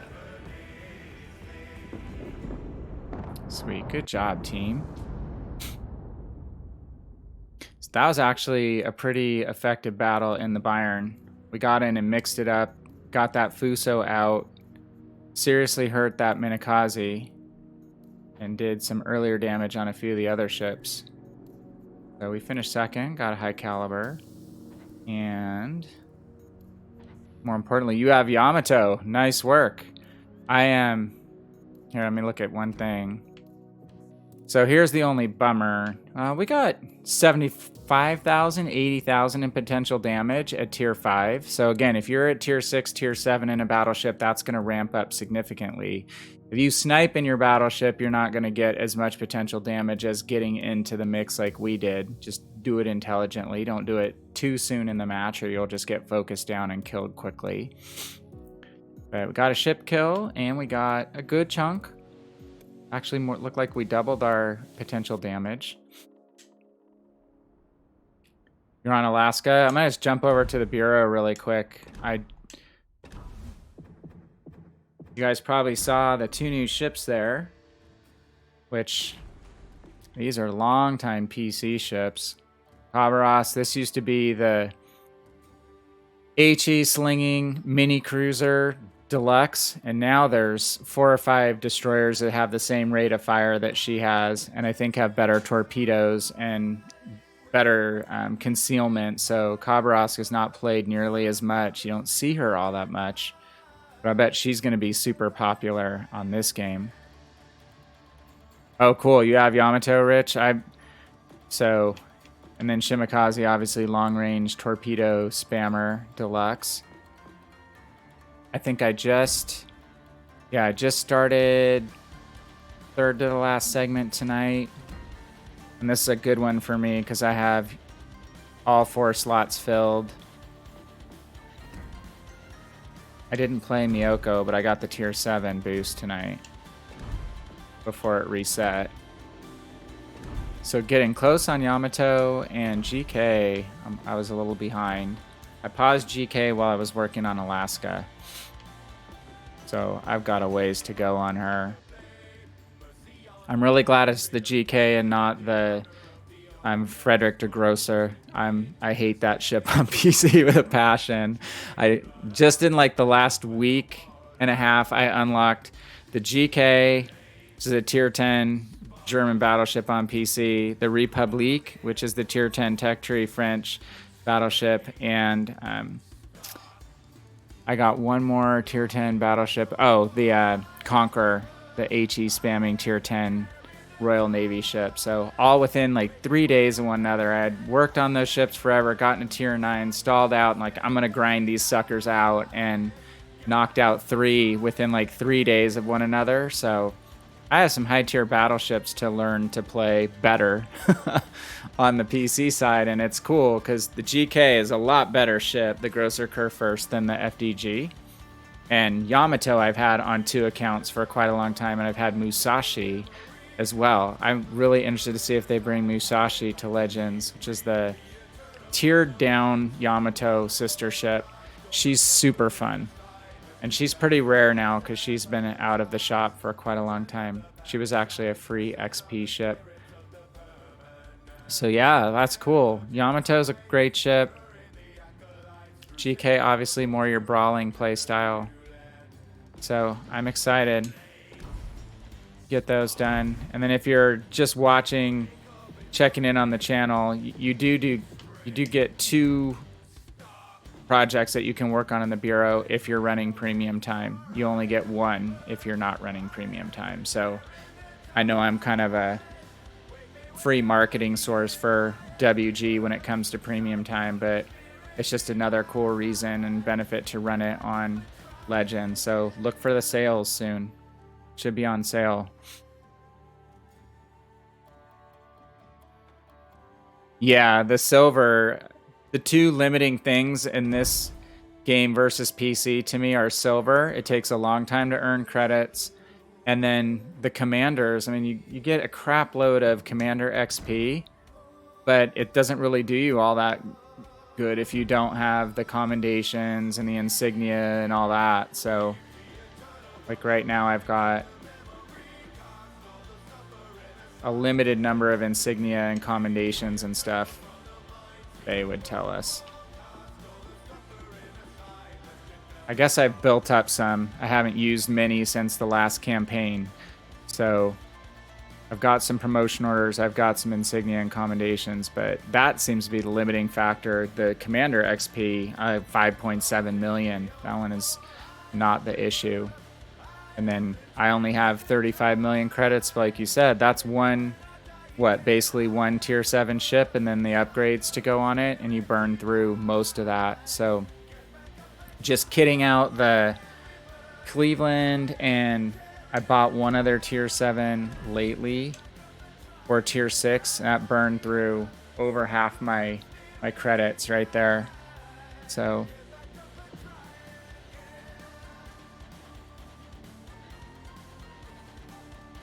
you don't, well, what play style for you? You don't like the Yamato yet? Or have you played her much?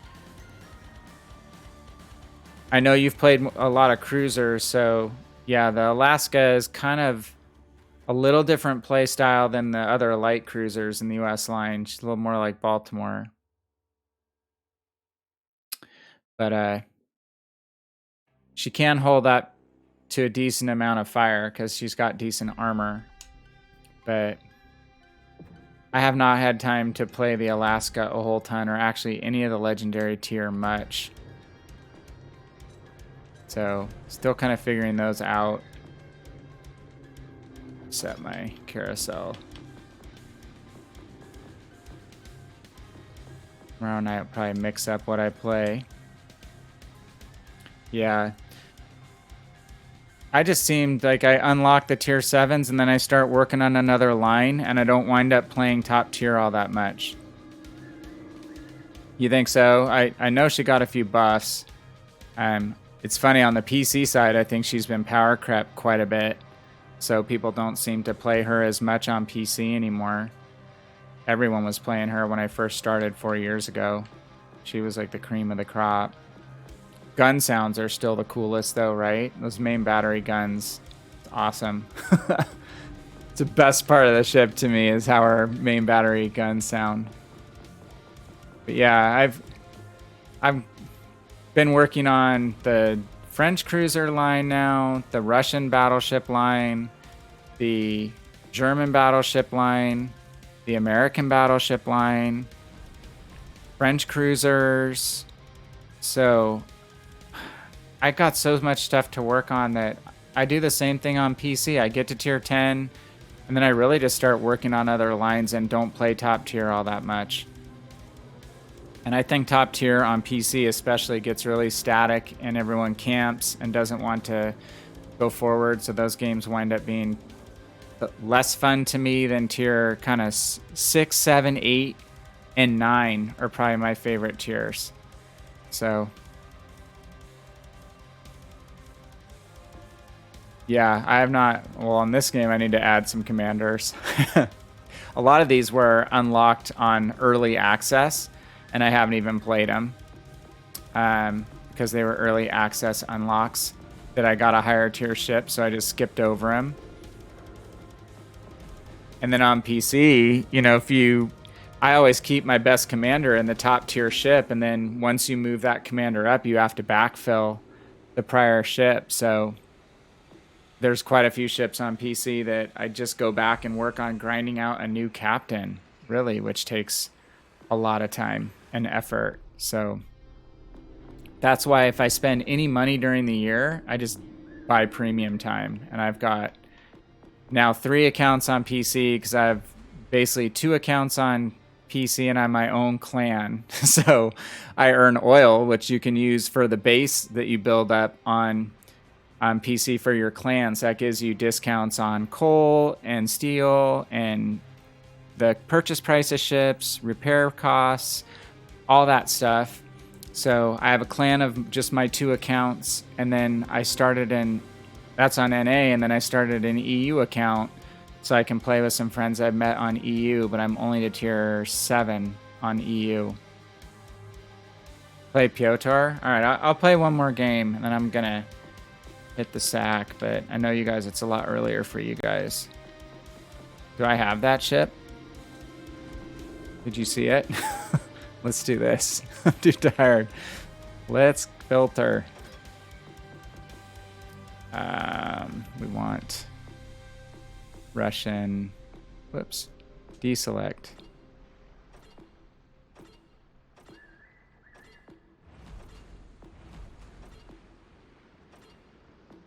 All right. Bear with me. Let me drop a commander on her. And who am I using? I'm using Galler. You guys could probably comment. I'm probably not even using the right captains.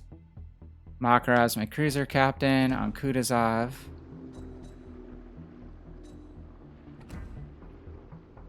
I'm not going to worry about an upgrade, but I can't bear to go out naked, so throw a battle booster, camo, and a flag. And have you guys checked this out yet? It's enhanced secondary targeting. So I think the base performance of secondaries got better, right? And then this is your 30-second boost. Kind of unique. We don't have that on PC, so I'm interested to see how this works out and if it's something they bring over to the PC side. Along with these camos that we can make from the expendable camos, which I haven't done yet either. All right, let's give this a shot. Pretty sure I played through this ship on PC quite a while ago.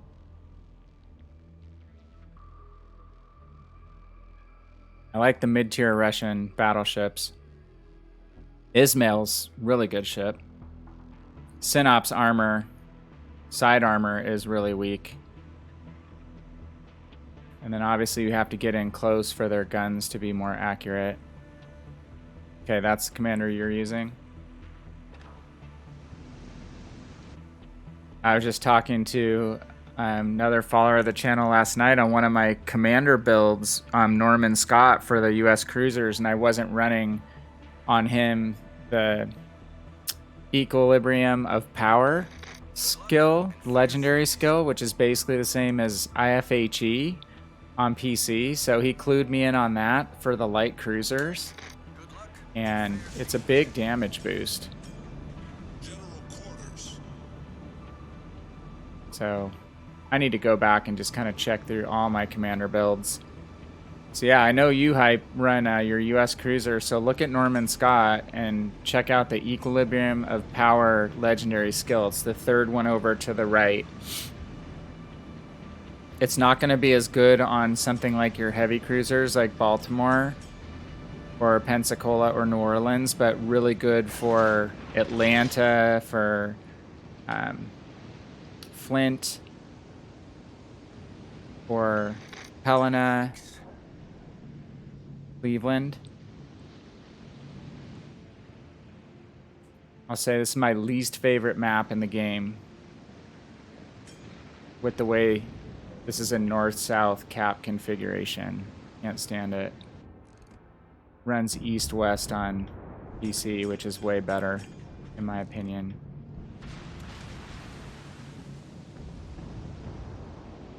It's 3 DDs, so there's likely to be torpedoes in this cap. I don't want to go in too soon. Going on to the right. Some ships spotted in the middle. Okay, Congo's going to charge in and give us broadside. I was hoping that would happen. Ah, disappearing ships. All stations. I have HE loaded. Of course I do.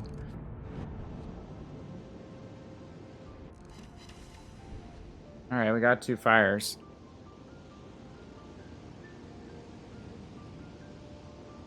Thankfully, the destroyer's already launched torpedoes on that side. So what do we got? We got pod, a Fubuki, and a Gade.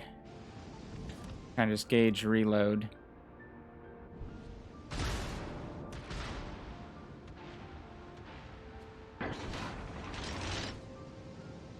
And this is sluggish as all get out.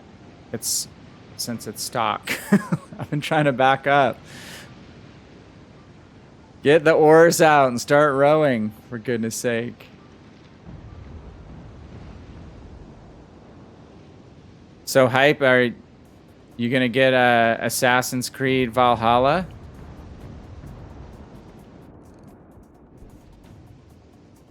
I got that free with a new PC I bought, AMD deal. I downloaded it but haven't played it yet. Vikings are all the rage right now. Between Vikings and The Last Kingdom, which is a good show on Netflix that I'd recommend if you haven't seen any of that.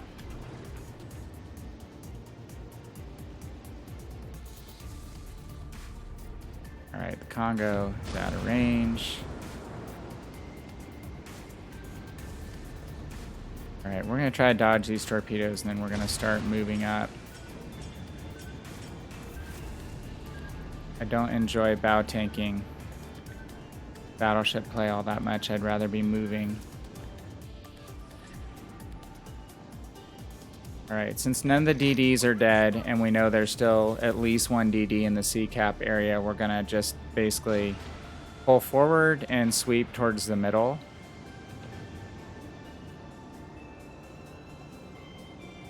Not getting any spotting help. And that Congo obviously has a firing range way longer than ours. So if I sit back, I'm just going to get chunked by the Congo without really being able to retaliate. So let's head center of the map.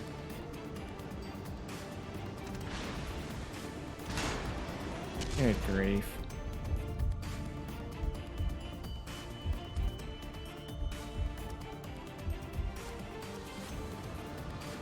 He has a pretty fast reload, too.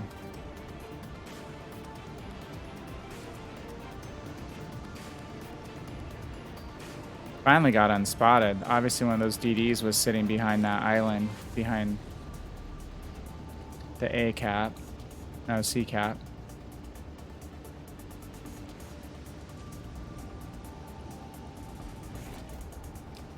Yeah, you need a credit card number to buy it.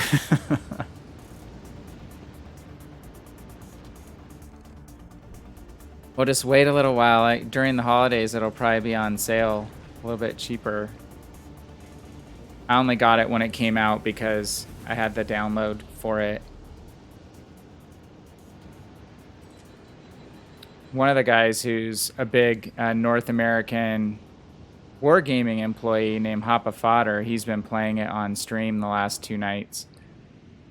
And the problem with those games, those role-playing games for me, is like they're just complete time sucks. I'll get on one of those things and it'll be like 7 hours later, 3 in the morning, and like, I'm still playing this game.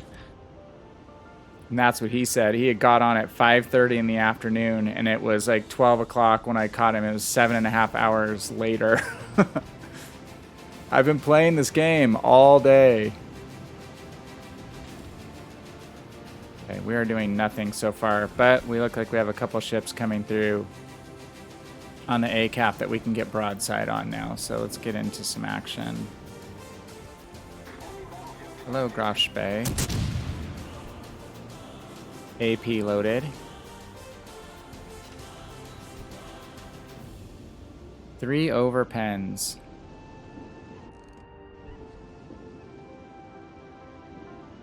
So I know the trick with these Russian battleships is the closer you get, the more accurate they get. Like more than 14 kilometers, they're some of the least accurate ships in the game. But the closer in you get, they become the most accurate battleships. They're right up there.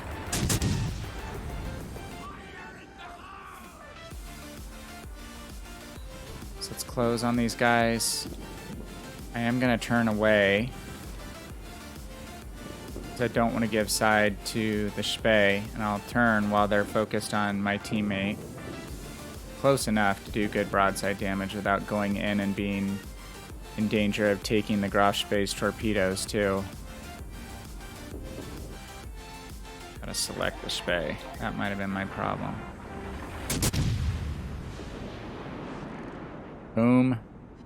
There we go.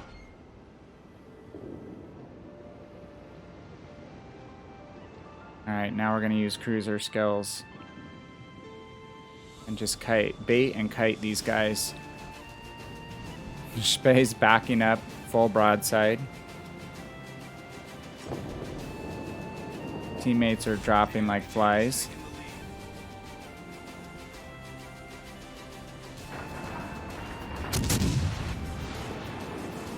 They're both relatively low health. We can stay angled. 5 overpens. Okay, we've got to watch out for that island on this cap. I don't want to turn the other direction right now because I'll have to move my guns to the other side, and I know the Russian battleships' turret traverse time is really slow. Painfully slow on Ismail. Let him turn. Give me a little bit of side.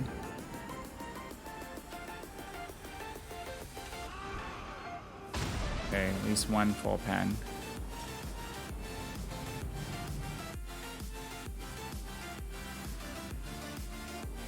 Be able to keep this cap reset.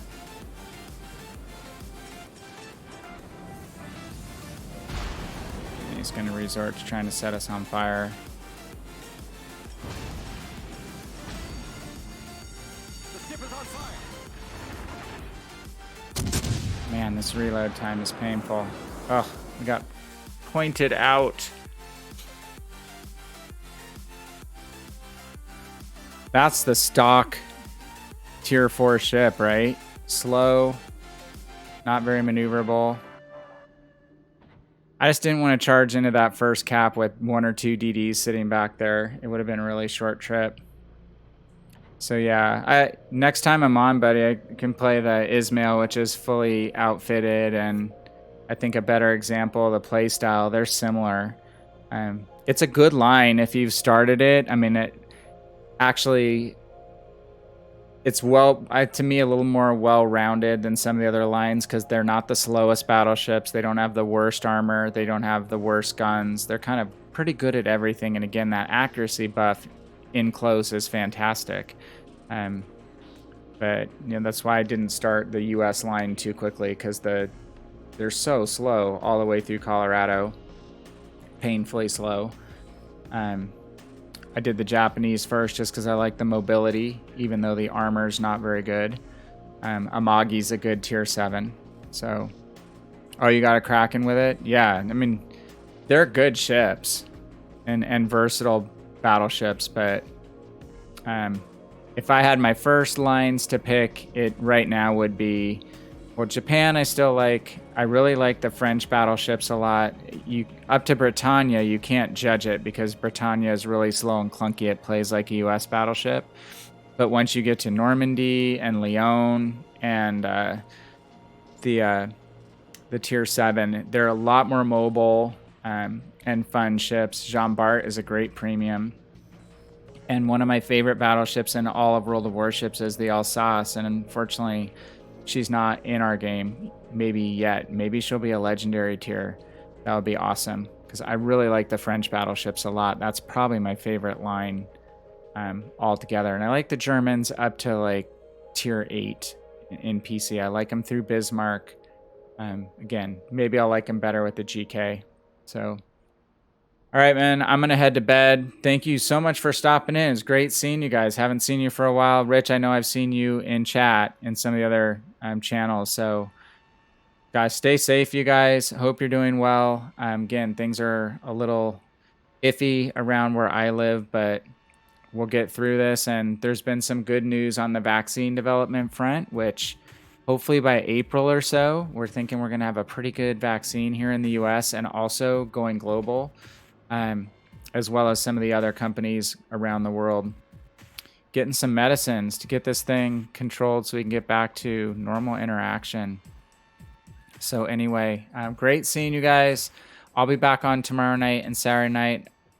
I don't know if it'll be late enough to catch you. It might be. So if you're not doing anything, stop by. And I really appreciate it. All right, guys. I'm just going to wrap up by saying thanks to anyone else who stopped in earlier. If you catch this on video on demand, again, we just reviewed at the first part of the stream the Might of Japan update. It's a big update. The Azuma, I think, is a good pickup if you like cruisers, if you like HE spamming from a distance. Go for it. Again, it'll be less than $5 to complete that 100 mission set if you earn back the gold, the doubloons that you get back on the Admiralty backing track. So as a tier 7, she should earn pretty well and help you with future campaigns. Take it easy, hype. Bye, Rich. And then the commander will be interesting that comes up after the next mission. Be an easier set of missions to run. And then the Japanese destroyer split, the new bureau projects. I'm really excited for everything that's coming in this update. And I think carriers are coming soon. So that was kind of the hints in the patch notes that the new Japanese destroyers have better anti-aircraft capability, which may be very helpful in the months to come. So if I had to guess, I think we're going to get carriers sometime at the beginning of the year. So the game is going to be a completely new and different game. So wait for the salt on that when everyone starts complaining about carriers not being balanced. Some people will love it and love playing the carriers, and other people are going to absolutely hate it. But I'm excited. It just adds more dimensions to the game. I'm not a CV player, but I welcome more stuff for more people to play. I want more people to be involved in this game and to enjoy it like I do. So have a great one. This is Van Kraken. I am out, and we will see you next time. Take it easy, and great seeing you guys. Bye.